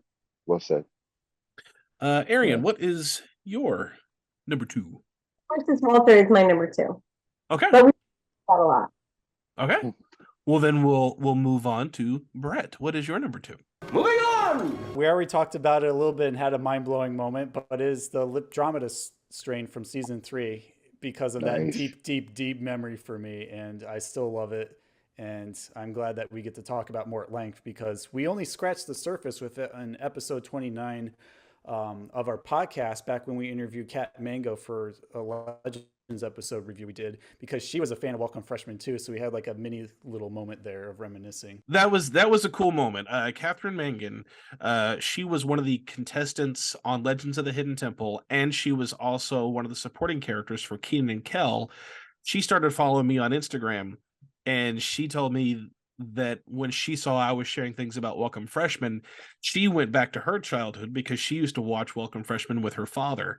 And that was a really cool moment. And she had shared with us one of her episodes that she remembered the most was the Andromeda, the Lipdrometus strain. So that was interesting. So the biggest thing was that I noticed when I looked at your page, the first thing that jumped out was Welcome Freshmen, because so my dad was in healthcare development, which meant like I moved around kind of like an army brat, but we lived in Pennsylvania before we lived in Orlando, and like Orlando just felt like, oh my God, that's Hollywood. Like that's where the magic happens. And it just felt like this, I don't know, dream place. And my dad and I had shows. We watched Full House, and then we watched Welcome Freshmen every Sunday. And I think like most of the jokes I didn't even get because I was probably like 9 or so at the time. But I'm like, this is hilarious. Oh my God. They're so amazing. There's these cool older kids. One of the episodes I remember most fondly is like the one where everyone's lips turned purple due to the frozen yogurt machine that they had in the episode. Yes! I always make fun of myself for having the worst memories, short and long term, but like when someone mentions, it's like a scent that'll bring you back. Like you mentioned something like that, like, yeah, that's so happy. She played Janet for anyone who is fans of Keenan and Kel. 6 degrees of Elliot Lippman. Yeah, 6 degrees of Elliot Lippman. Right? We're all it's a thing, man. Kevin Bacon's got nothing on him. Brock, what is your number 2? Oh, my number 2 is Year's End. Ooh, so similar to what Chris said earlier, the ones that brought everybody together, I think, were my favorite episodes, that we could actually all be in a scene together. Yeah. And frankly, I don't remember the whole plot line of that show, but I know it ends in a camp. And this is the last scene of the last episode. Is that everybody's camping. There's like a field trip. We were on a golf course. Wasn't it a golf course? Yeah, I think right. But it was it was out in the woods. Both. We were camping close to a golf course, I think. Okay, all right. Close to a golf course. Okay. So there you go. And Kevin is working at a pizza place, and he shows up with a bunch of pizza. He's like, somebody order some pies. Like he puts on his best like Brooklyn, pizza thing, which he grew up in Brooklyn, which is fitting. Somebody here order some pies? And then it's like that was my number. That's why my number 1 and number 2 were like the alpha and the omega, because it was the first episode of season 3 and the last episode of season 4, and it just kind of brings it around. So yeah, the Year's End is actually one of my top 2 too. But yeah, go ahead. That's it. That's my thing. Like the end of an era, like that will echo through time for me deeply. But clearly, you know, there's still love out there, which we all appreciate so much. That Yeah, man. Yeah, ironically man. is my least favorite episode. Really? Really? Oh. Really? Why is that? It's not ironic, Rick, because it's the power struggle. Yeah, no, I mean, how else should I feel? You feel one way because it was the end. Yeah. That shit hurt. Especially after getting so close with everyone and building those relationships on and off camera. It's hard to say goodbye. It was the worst. Same for you, Arian? Yeah. So what's so interesting in retrospect, because I don't think I ever would have chosen that episode as a favorite, although in hindsight, of course, like sentimentally, absolutely. Similarly to what Rick was saying, I hardly remember it. It was like a blur. I have to say this. It's almost like you're in high school and it's your last day, or it's your last thing, or it's your last day on the, or whatever it means to you. I don't know. For the last day in a play, or last day on a job that you didn't really have that long, that you only wanted because your friends worked there, whatever. Or it was the last day that you knew you were going to see that guy. You know what I mean? And he was cute and he was older than you. And it was just like, oh, wow. Like it was every single moment that a young person, and when I say young, I mean like not 16. Queen. You know what I mean? Like puppy love young, where everything hurts. Everything. And for me, I was 15. And so it was actually happening. It wasn't just, oh, let me reenact this as someone who's experiencing their last day on a so-and-so because I know. I didn't know how that was supposed to feel. I didn't know. Didn't guys, they before? I'm about to die. Oh, You about to die? You got to go, Chris? Well, no, I don't have to go, but my phone's about to die and I'm not home. So I'm going to try and connect with you guys again after I get home so I can plug in, because like an idiot, I don't have my power cord. Okay. Didn't they tell us while we were shooting that episode that we were canceled, or like right before we had to shoot that episode or something? Yes. And they Yes. that's what made it really hard to enjoy doing it. You knew it was over. You knew it. Exactly, Rick. Like we were working, so it was okay. We already talked about this before in this show, where it was like, be prepared, do what you got to do, just be ready, even though you don't really know what's going on. That's what I was telling myself. But also, I was very aware all of a sudden that this was it. This is the end. We are not doing this again. This is our last episode. And so, we're not picking this back up, guys. Sorry, there are no white, blue, pink, yellow, manila, whatever pages for season. And it was like, wait, what? Those are the different levels of the script. So you would have your from draft to final, you would have the different sides. Just like, hey, I guess this is what we're doing, but still you show up ready to be like, I'm present. I am here. I am totally present. I don't care what's going on at home. I don't even care what's happening at craft service table 10 minutes ago. I'm going to do this scene right now like it's everything to me. But it was everything to me. The conversation that I had at craft service did matter.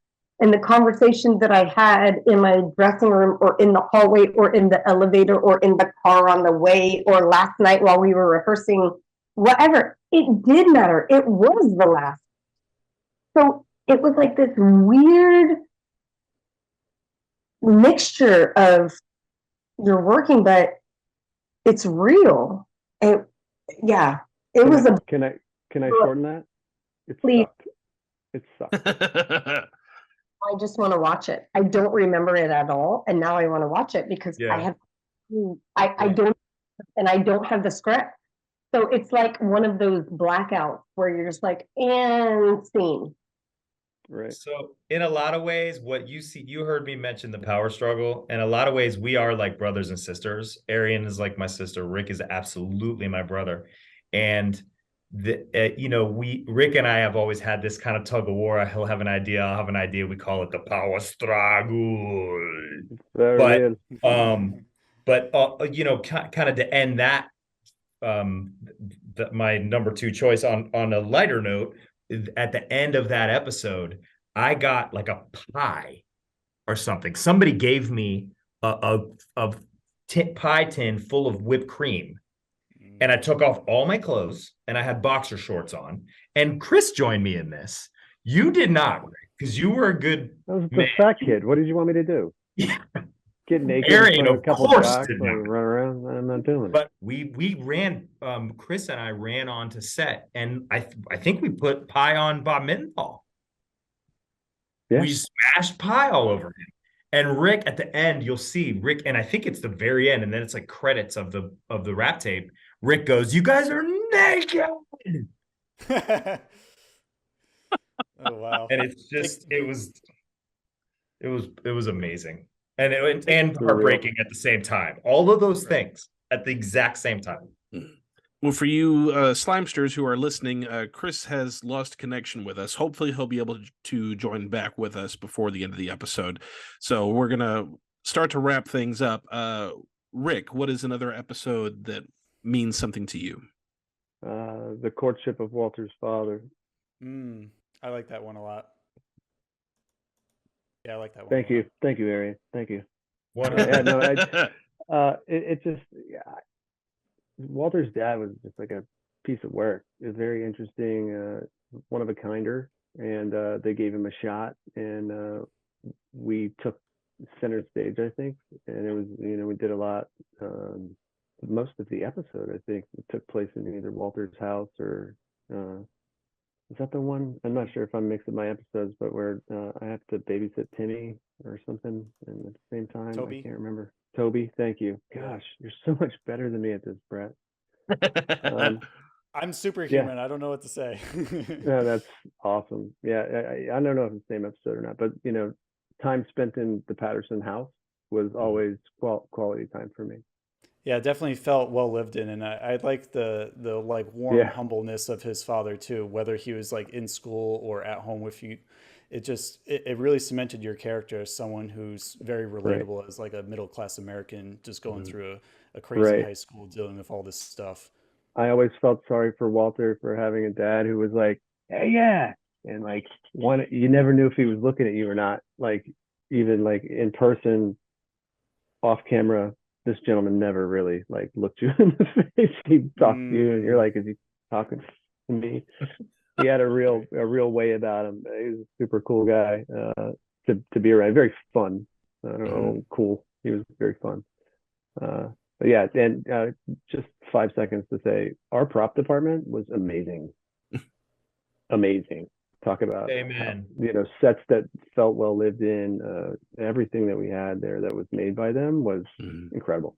May I piggyback on what he just said? Because honestly, one of the things that I took from the show, and I know these guys have already heard it, is it's kind of silly because it has nothing to do with like the show itself. But after we cut on a scene and we were just breaking for a minute, I knew that we were going to reset that stage and it was no longer a hot set. Like I already knew that because I was listening, and it was season 1, and I was just trying really hard to be like a really good student. And so I picked up all the props off the table and I walked them back to this like dark place where I never walked before and no one else ever walked there. And I put them where they did belong, I'm pretty sure, right? But all of a sudden, this dude came up to me, and that's who they were to me. Just random adults that Rick was like somehow friends with. Don't know why, but Rick was friends with everybody. Buddies. I'm a production guy. I like. I was just like a random. Production. Now I see that I was just like this random, annoying, like teenage young person who was just like annoying to probably everybody. And I'm like, I put all this stuff away, and some dude came up to me. I still don't know who it was. And they were like, "Hey, what are you doing?" I'm like, "I'm just helping." And they're like, "Lane. Stay in your lane." I've never heard that before, ever. But let me tell you something. To this day, as someone who literally runs campaigns and does marketing and graphic design, now I get it.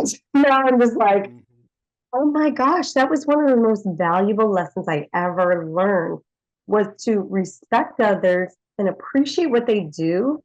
And of course, always be like, hey, I'm here. Like, I want to learn. I was like the naive, stupid, like, but I wasn't trying to be. I just literally was.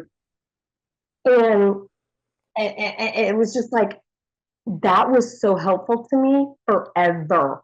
I still just tell people to stay in their lane, you know, to remind myself. I have to remind myself because I want to be helpful. You know, I want to be like straight A student person. No. And that's valuable to me. And that was that episode. I used to assume everybody wanted to be in front of the camera until I had conversations with people. And they were like, never do I want to be over there. I love what I do right here. We're going to take a quick break for our commercial break, and then we'll come right back and do our top number ones and hopefully have some time for some pretty cool collection stuff that our cast has. So just we'll be right back. It's a free period. I have to go get snacks from the cafeteria. Welcome Freshmen will return in a moment. Wondering when you can see an all-new adventure of the Tomorrow People? Operation Monsoon, bright boy. Tonight. At 6/5 Central, only on there. Get your cameras out because things are about to get a little strange. We are visiting O-Town with special guest Russ Montague for an episode review of this classic Rocko's Modern Life episode, Camera Shy. You will only find this episode available on Patreon. Go to patreon.com/Splat Attack to gain access to this episode along with our backlog of episodes. While you're here, please hit the like button, subscribe, and hit that notification bell. If you are listening to us on a podcast app, please leave us a review. We truly want to make entertaining you and reliving our childhood memories as a full-time job. The best way you can help us to achieve that is by these very few steps. As always, thank you for your support, and we will see you at the film festival. You're watching Nickelodeon, and now back to Welcome Freshmen. The class is in session, and my number one pick, because I had just made a mention earlier about how I'm a huge 007 fan. My number one pick is To Walter's Dad with Love, which is From Russia with Love. But also, and Brett knows this, and anyone who's listened for a long time, that father-centered episodes really mean a lot to me, especially in today's society, how dads are often looked down upon. And Walter's dad is not, well, like Rick had just said, he's not the best father in the world. But this episode was really the first and only time we really see Walter's dad try to be a genuine good person. He got a job to go teach driver's ed, and then gets thrown into having to teach history, which he's not really good at, but he's going to do it to the best of his ability. And then also gives genuine good advice. He stands up for Walter at one point. And although Walter didn't really appreciate that, but he still did. And then gave genuine good advice for Aaron's character about how even though people would still pick on him, it doesn't matter whenever you are content and happy with who you are. It doesn't matter what other people think about you. I know how it feels. I used to have a nickname myself, Cheeks. Yes, I had a bit of a weight problem back then. Horizontally challenged, if you know what I mean. So what'd you do about it? Got a lot of fat lips and bloody noses until I discovered bowling. Bowling. Yeah? See, people can call you names all they want, but if you got self-respect, it doesn't matter. That's what bowling did for me. Started going to lanes when I was about your age. Wasn't long, I was bowling 160, 165. Was even winning a few tournaments. And people stopped calling you cheap. Well, by that time they were calling me Bubba. But the point is, I didn't care. I had my bowling trophies, and I had my self-respect.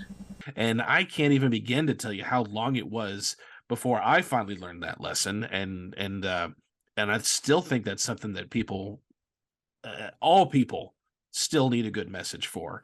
And of all people for it to come from, probably one of the most least likely characters of the series. And I really, really appreciated that very, very much. So that easily, hands down, my favorite episode.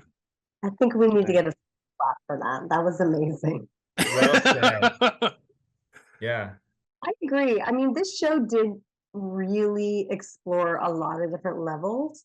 From, you know, sketch comedy and total silliness and let's be gross and let's shock everybody with our, you know, but then they just took a minute and they got there. You know, they went there and they, not in a cheesy way like after school special, but in a way that was like, no, we were thinking the same thing. You know, we kind of been through the same thing.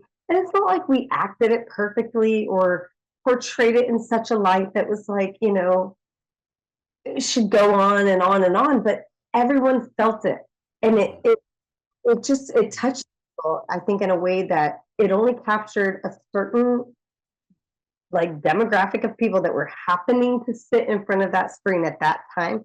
And I think it mattered because that's what people were thinking at the time. Yeah. I think the parents of those people, if they had, and I hope there are some, God, I hope there are some, and I took the Lord's name not in vain just now. God, comma, I hope there are some parents that would have sat with their children in the 90s and watched those episodes with them and got the references that I didn't get. It's like watching Shrek as a parent in the, you know, mid 2000s. Your 3-year-old, 4-year-old, 5, 6, 7-year-old has no clue what those jokes are about, but you know what they're about. And the only reason they made that was so that you would sit and watch it with your kid, you know? Everyone paying for it, they know you're the one that's going to go watch it with them. And Welcome Freshmen really was one of those types of pieces where if a parent had sat down and watched this show, they totally would have gotten it. Totally. That's why my mother liked it. That's why the adults in my life loved this show. They loved this show. Like you can tell from the titles, the Lipdramata Strain, and I really appreciate the fact that you guys are catching all of that. It's not lost on you. So, right. I did not get it as an actor. I did not get it at all. And then I got it later and I was like, oh man, I wish I could redo all those episodes. But maybe it's a good thing that I was that naive and that, you know, maybe it's a good thing. Maybe it came across better that way. Yeah. It's part of the journey. Well, since you've got the mic, Arian, what was anything else you want to share about your number one pick? Number one has to be the Harvest Ball. Okay. And I'm so that I picked from season 1 or season 2, but I knew that the rest of you guys would choose some of those. So I thought we should highlight some from 3 and 4. And the Harvest Ball. Not only was it so memorable to shoot, and we done that earlier with the Jeep and the neighborhoods and Dr. Phillips and that, I mean, it was incredible, you know, and it was just over the top drama, like we made fun of it. It was hilarious, but we all got to be together in one whole scene. And Brock said that earlier, where that was a kind of a rare occasion, but we were all in that vehicle at the end of the night, and it was so late to us. It was like an extra shoot day almost. And oh my goodness, Brock got to like, I don't know, it was hilarious. And it was only the second episode. So I don't know what we were doing, but oh my gosh, that was my favorite episode. Hands down, the Harvest Ball. So I found out, Are You Afraid of the Dark alert for anyone who likes my little Are You Afraid of the Dark trivia. Joanna Garcia actually appears as the character Monica in the Hawthorne Confidential episode. And I thought that was a nice connection because she was on Are You Afraid of the Dark at the time, but also did an episode of Clarissa Explains It All. So she was really getting her rounds with Nickelodeon Studios when she was acting. Brett, what is your number one pick?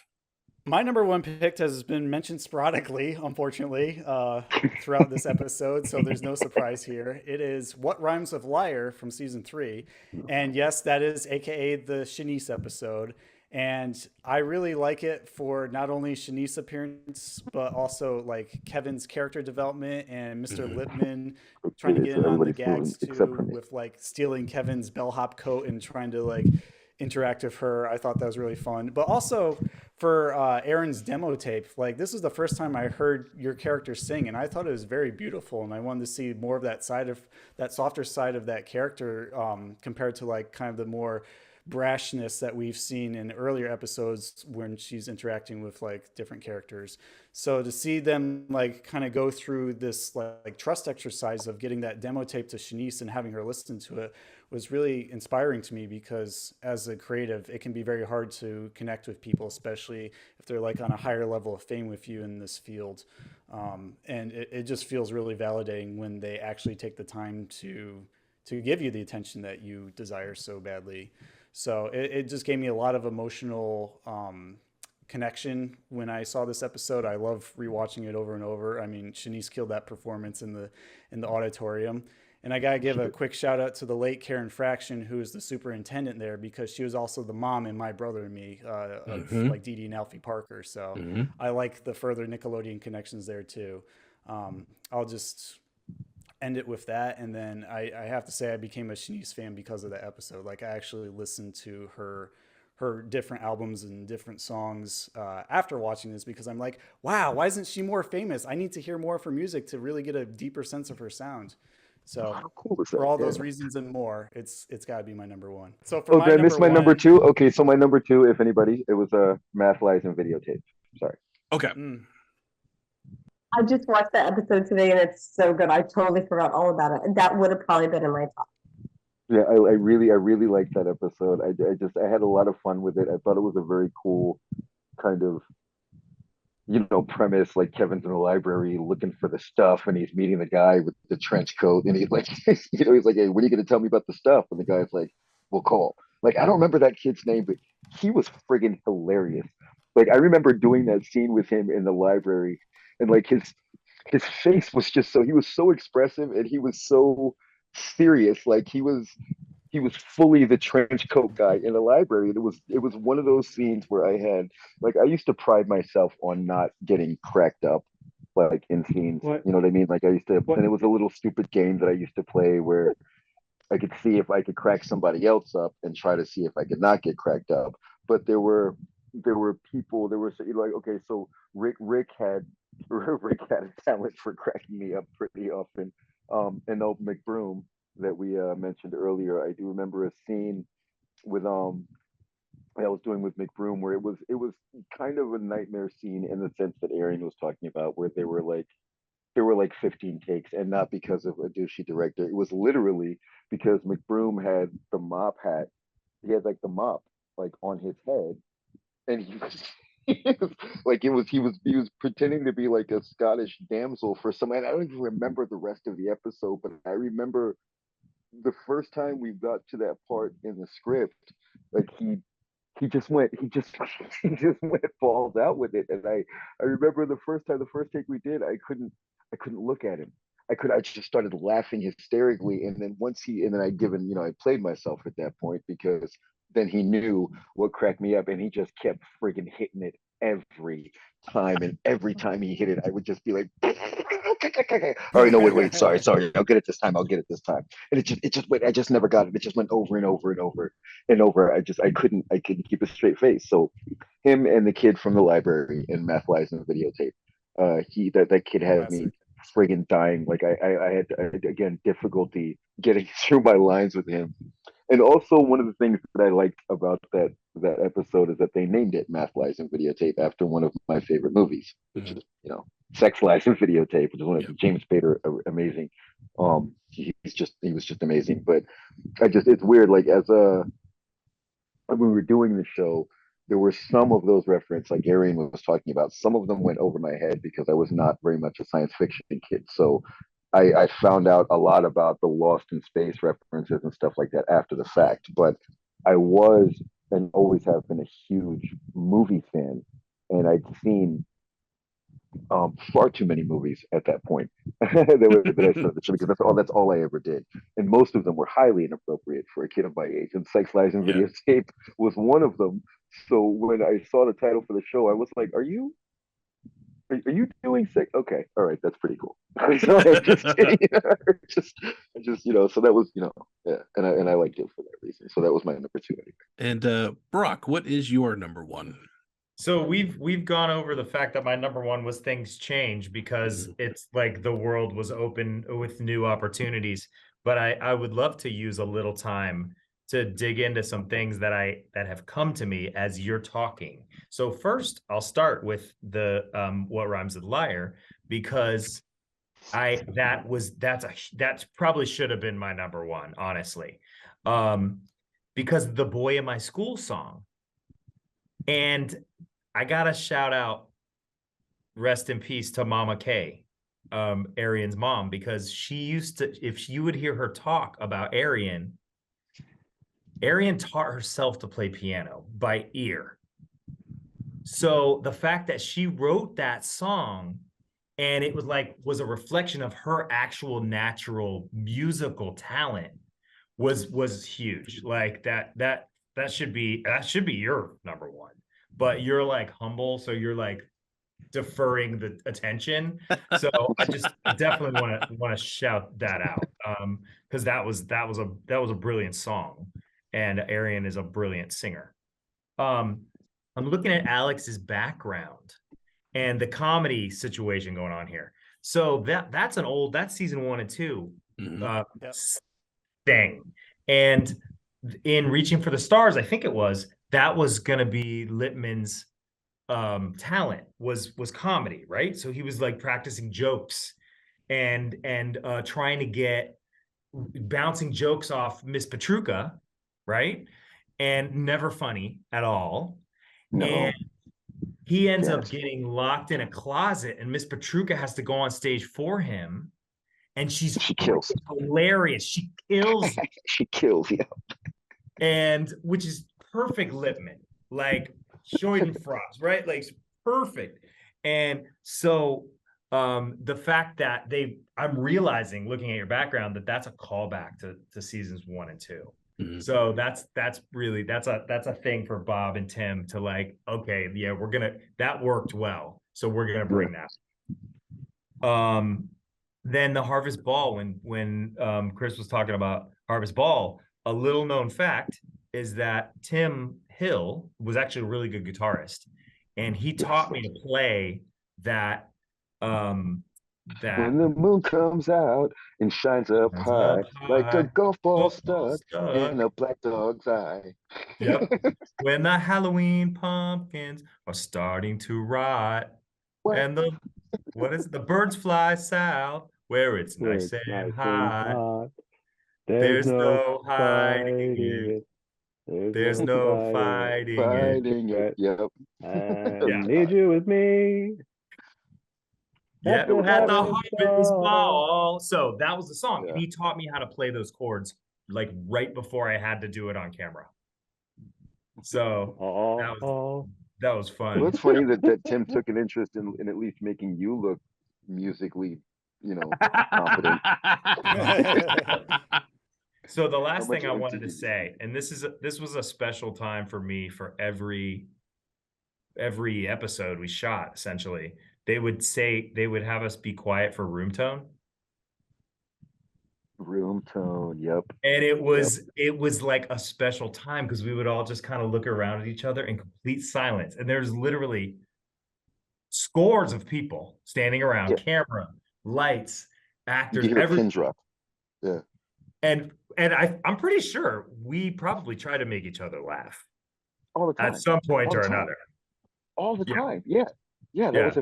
That was a favorite. So that's what I wanted to use my number one slot to share. Okay. Thoughts. All right, Chris, what is your number one? This is gonna sound weird because it's just my number one is like a source of pain for everyone else, but I think it might be Year's End. I think my number one might be Year's End, and the reason is in terms of just sort of encapsulating the entire show from one all the way up to four, and both casts, the cast changes and the format transitions, and again being one of those shows where one of the few shows where we're all together at the same time, and they did, I think they did as well as they could have in terms of giving everybody as much time, like every character as much time and space to sort of, because they had to wrap everything up. You know what I mean? Everybody's story had to get all wrapped up. So you got to see this weird sort of future peek kind of into what, these kids who you've been with for 4 years are going to be doing. Like, like Grant said, like Kevin ended up working at a pizza place, and you know what, like Brock, the scene, what I remember with you on that scene was you, for some reason this stuck in my head, and I don't know why. Maybe you could tell me why it stuck in my head. But the line about you having to take a salt tablet because you're hallucinating all of the people who keep showing up. It's just this. Yeah, I don't know. I think maybe that episode for me sort of crystallized the entire experience. You know what I mean? And it was definitely sad. I fully agree with Arian in that sense. It was sad and sort of heartbreaking in the way that, I guess graduating high school and leaving your high school friends would be. This is like the same amount of time that we spent with these people. And it's not even just like the 4 years of high school. It's literally, because in high school you're spending like 6-7 hours a day. Like we had like 10-12 hour day. Like we saw each other more than we saw our family. So there really was that bond there. But we went to each other's houses and didn't go home. Yeah. Home was each other's houses for a long time, Oh. It really was. So I think, like, for me, that was sort of, it was bittersweet. It was bittersweet because I had this kind of feeling of loss that was sort of juxtaposed with this really kind of warm feeling of like, wow, look what we did. You know what I mean? Like, look what we did. Like, or even at that point, it wasn't even look what we did. It was look what we've been doing. I think that may have been the first time I actually looked back and saw the totality of what we'd done was at the end. You know what I mean? Where it just sort of kind of, the weight of it having hit me. I remember Arian had mentioned something about that before, about like not really fully understanding the gravity that this thing had, like in other people's lives, and how far it had gone while we weren't watching. You know what I mean? While we were just like there making it, how much bigger it was becoming outside of the little cell we were in, just making it. So that was probably, I don't know, hard to say. Maybe not. But I don't know if I would say it's my favorite, but it's easily the most impactful for me, because it was during the filming of that episode where, like Rick said, it was clear, like this is over. Yeah. This is over. It's all over. Like there's not going to be a next year. There's not going to be, and so we're all, there's this sort of like weird uncertainty. Are we all going to go our certain ways? Are we going to know each other in 5 years? I mean, am I ever going to see these people again? Or, you know what I mean? You're like, all these thoughts sort of like flow through your head, like, in that kind of weird adolescent way that you sort of, you kind of live in the moment the way an adolescent does, but you're still sort of projecting this kind of, vaporous future. So it was really probably the most impactful for me then. Rick, you've already given us your number one, but what is your final pick of the night? I mean, I can't think of an episode that hasn't been mentioned, and I'm sure there's, of the 52, there's at least 35 of them out there. Yeah. Being 30 years removed from the process, does this exact thing that's happening to me. I guess my takeaway would be that, I really love the love of production that this television show gave to me, and I'll always be addicted to it, and in a very, very healthy way. That has kept me kind of doing what I do. I'm involved in things that, involve a lot of very talented people, and I love that. All right. Well, we are going to transition into our segment for this episode, which we call Collector's Corner, because we got some pretty cool stuff to share with you guys. So Jingle time.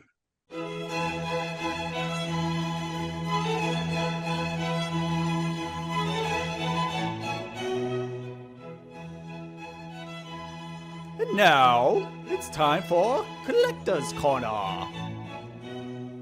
All right. Well, before we can get started with this episode, Arian had shared quite a few things, and earlier we were also talking about some of the things that she wants to send that we just haven't had a chance to get together with just yet. But more than likely, we're going to have a lot more to share, which we will share over on our Instagram with what is not in this episode. So follow us over on Instagram and check out some of those things. But I am going to share my screen. And Arian, you want to give us a bit of what we are looking at? I have a lot of really cool memorabilia, but not as much as Rick. But I do have my notebooks and scripts, and I have a whole lot of pictures that I will share with you guys later. But in this particular one, it's just, it's literally, I took it out of my trunk, and I love the number of the episode. Me too. It's fantastic, right? And I just thought this was really cool because it's literally in the notebook where it resides, where it has always resided. I've never taken it out. I literally put it away and I took it out for you guys. So this is essentially, it's a white page, which means it's page 1. And it kind of breaks down the episode, and it's literally in the notebook where it was when I received it. So I really love the picture because, I don't know, it's just very nostalgic. And if you read it and hit pause, you can always hit pause and, take a screenshot. But it tells you where we are, and it's just, I love it. It's fantastic. I don't know what to say. All right, what is this one? Oh, okay. So this is Rainy Day Women. Mm-hmm. Apparently. I love that it gives you the character name and the actor. Shout out to the great Sean O'Toole. So this is a yellow page. Gold page? Yeah, it's gold. They would Revised for your pleasure. They were like we called it goldenrod. Goldenrod. They did call it goldenrod. That's true. Mm-hmm. That's true. Wow. They're like, it's goldenrod day. It's hour. Literally, it was not the same day. It was like, we're passing out pink. We're passing out blue. We're passing out. Like, I don't even know what you're talking about. I would literally be like, what does that mean? What does that mean? Usually Mike Speller, because he was like the smartest, quietest person who like literally knew everything. Yeah, that is eerie, right? Mike Speller, he knew everything. Yeah, so that's just he was very well read individual. Yeah, they would like take me aside and be like, it's this, it's that, I'm like, okay. I literally learned as I went along. I had no clue. Okay, so back in the day, I used to now, by the way, if I learned a script now, or literally in the last 10 years, I would never highlight a script. But when I started, I was like, so you should highlight your lines so that you know. And I was like, oh, okay, is that what I'm supposed to do? Okay. So I would make all the notes that they told me to make. If someone handed me a script right now, trust me, it will not be written on. It won't be. I will have my own separate piece of paper. A separate notebook. Please, I will never, it's just not the same. I don't know. I wrote all over that stuff. I used to draw crap all over my scripts. No respect. This is an imitation. This was common. This was a memo. And they went full color, man. And then Mike O'Malley's name is in there. So this is stage 19 on the Welcome Freshmen set. This is an original, letterhead, July 8th, 1993. Look how they put the exclamation point. Who does that? Nobody does that. Yes, Michael Valley live in Nickelodeon Studios. We're at the Slime Diner and Slime is coming up. We're getting ready to play Slime Time. We're going live on an AT&T video phone to Lindsay from Great Falls, Montana. Hey, Lindsay, you already know how to play, so let's get started. When you say stop, a Nickelodeon character is going to tell you who you need to find on our game board short to make a match and win, so when you're ready, yell out stop.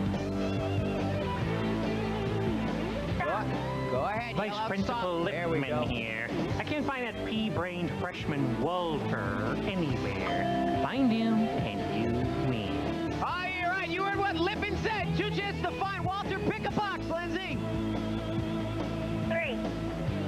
All right, number 3. Let's see what's All behind. right, yeah! Way to go! Lindsay, Good you job. won it all! You won everything. The Sega Game Gear. You won the 12 cartridges. The Surf Ninja cartridge. You win a bunch of accessories. The AT&T cordless phone. And you win the digital answer machine. Lindsay, you won it all! Way to go! We're getting slime here at Nickelodeon Studios. We will be back tomorrow at 5/4 Central. And speaking of drawing all over your notes and scripts, Chris, You should have seen her room. It looked just like that. Oh wow. No, that's that's it. So cool. You got the best handwriting. Brock has something really cool to share also. So what have you got to share? Yeah, so you have pictures of this, I think. I do. But if you don't have good ones that you want to share, I've got some, and I Please. can take some. This is a guitar, so I got to shout out Chris Lyons from Omaha, Nebraska. He is a phenomenal artist. He makes these things called cigar box guitars, and he made one specifically for Welcome Freshmen. So it's got like the Hawthorne Chicken Hawk, and then like he literally made the I don't know what you call that on a guitar, but he made that out of a ruler. Brett, hey Chris, that's a bass guitar. Can you show me how those work? I can only show you how to play Yeah, it but like a a bass. 6-string lead. That's all I can do. And then the back is it gets pretty deep freshman. So Tone Deaf, that's the name of the band. And then the cast picture, the cast photo from season 3 and 4. And then the lyrics to the Harvest Ball, which I murdered earlier, but that's all right because was the point. Grant can't sing. I think we helped you kill those. Yeah. Yes. And then there's all kinds of like little stuff in there, like the Othello, here, little callbacks, and public nuisance. So this goes into some that Public didn't Nuisance, into that was the season Murphy 3, but I Mystery think Band, right? public nuisance was introduced in seasons 1, right? Yeah, Seasons Mystery 1 and 2. Meat. Oh no, not Mystery Meat. Yeah, no, they were the 3-piece punk band, right? Yeah, they were previous Hawthorne High graduates who had a really big problem with Mr. Lippman during their whole high school process. And then they just dedicated their entire art and future to putting him in their lyrics and slamming him, essentially. Yep. And that's that. And then he also created a little amp for it, which I need to send to him. I'm going to send it, Chris. Don't worry. That has like literally, it's a Hawthorne High School locker with an amp inside it. And it's got the picture, the cast photo again. Bruh, how come I never get cool swag from our show? Because dude, you gotta email people, fool. Do people do that still? We'll talk. People We'll email? talk. Okay, tell me about this because I've heard of this, but Yes. Yes. Chris and I was just visiting with Chris the second week of February in Atlanta. And I was like, we were having this heart to heart in my car. And I was like, I've realized that in order to be friends with people, you have to actually talk to them. No, That's a real we had this problem. That's a conversation, real like, problem. He dead ass said it like that, and I was like, I know. Right? Chris, thank you for making Brock aware of that. All right. Well, this episode has been a very lengthy one, and that is not a complaint in the slightest because Brett and I, we lap all this stuff up. So thank you guys so much for trekking through the constant new Zoom links and the Zoom drops and all the technical difficulties we had this episode, because those of you who are listening and watching, you have no clue the technical things that we went through this episode. And you never will. And thank you, Rick, for crashing and joining us. It was an honor to have you guys all join us. And we will give you guys a proper goodbye here in just a moment. But I'm going to pass the microphone to Brett for our closing question. Brett, what's our closing question this episode? Well, I'm going to steal Mr. Lippman's microphone and announce the final announcement for the day because I think it's time to get out of school. We've been here long enough. So, Slimesters and Geckoids, or just Slimesters because it's on our main timeline. What do you remember most fondly about watching Welcome Freshmen growing up?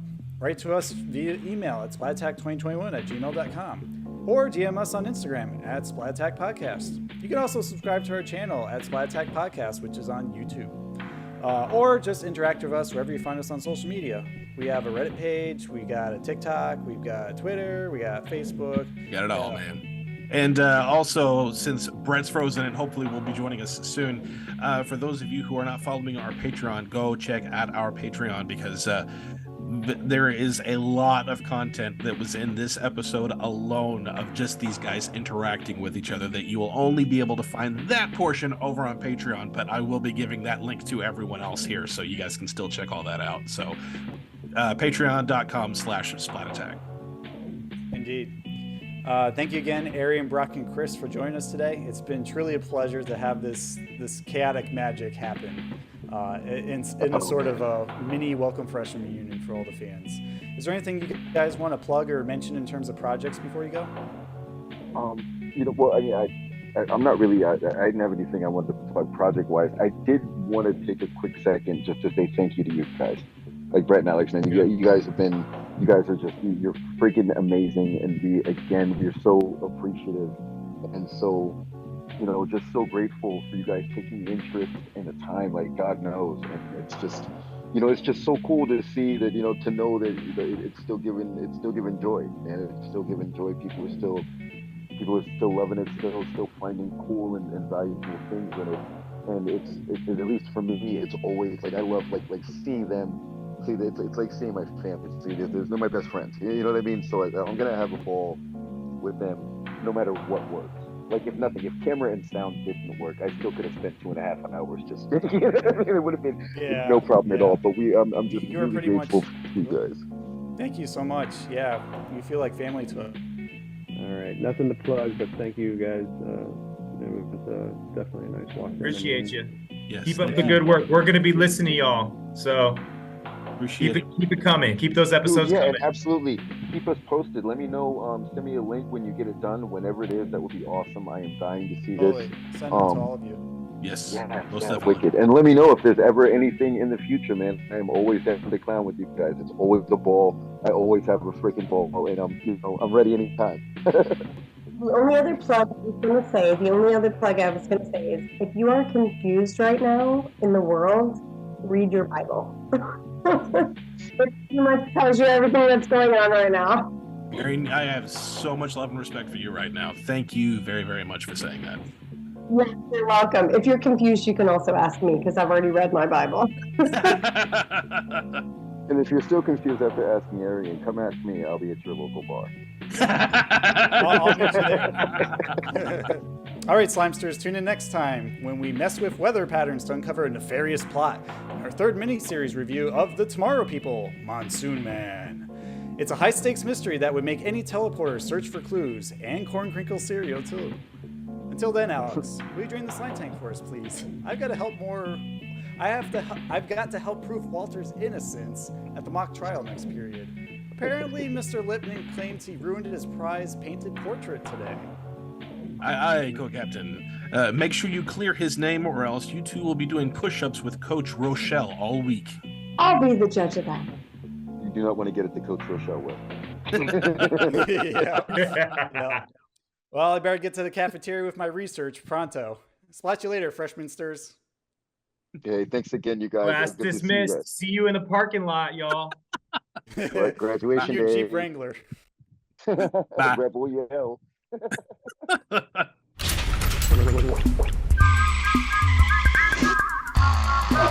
Reprise the theme song and roll the credits. I reckon it's time for me to go. I'm glad that's over. Now for a peaceful night's sleep. Well, that does it for now. Yeah, we gotta catch a train. Since I'm going home, you can have my arts and crafts project. It's a tweezer holder. All right, guys, let's go fun. How long have we been away? See you soon. Thanks for watching. Bye-bye. Walter, you're still a freshman? Still June. Man, maybe old Chrome Dome will decide to give me a break.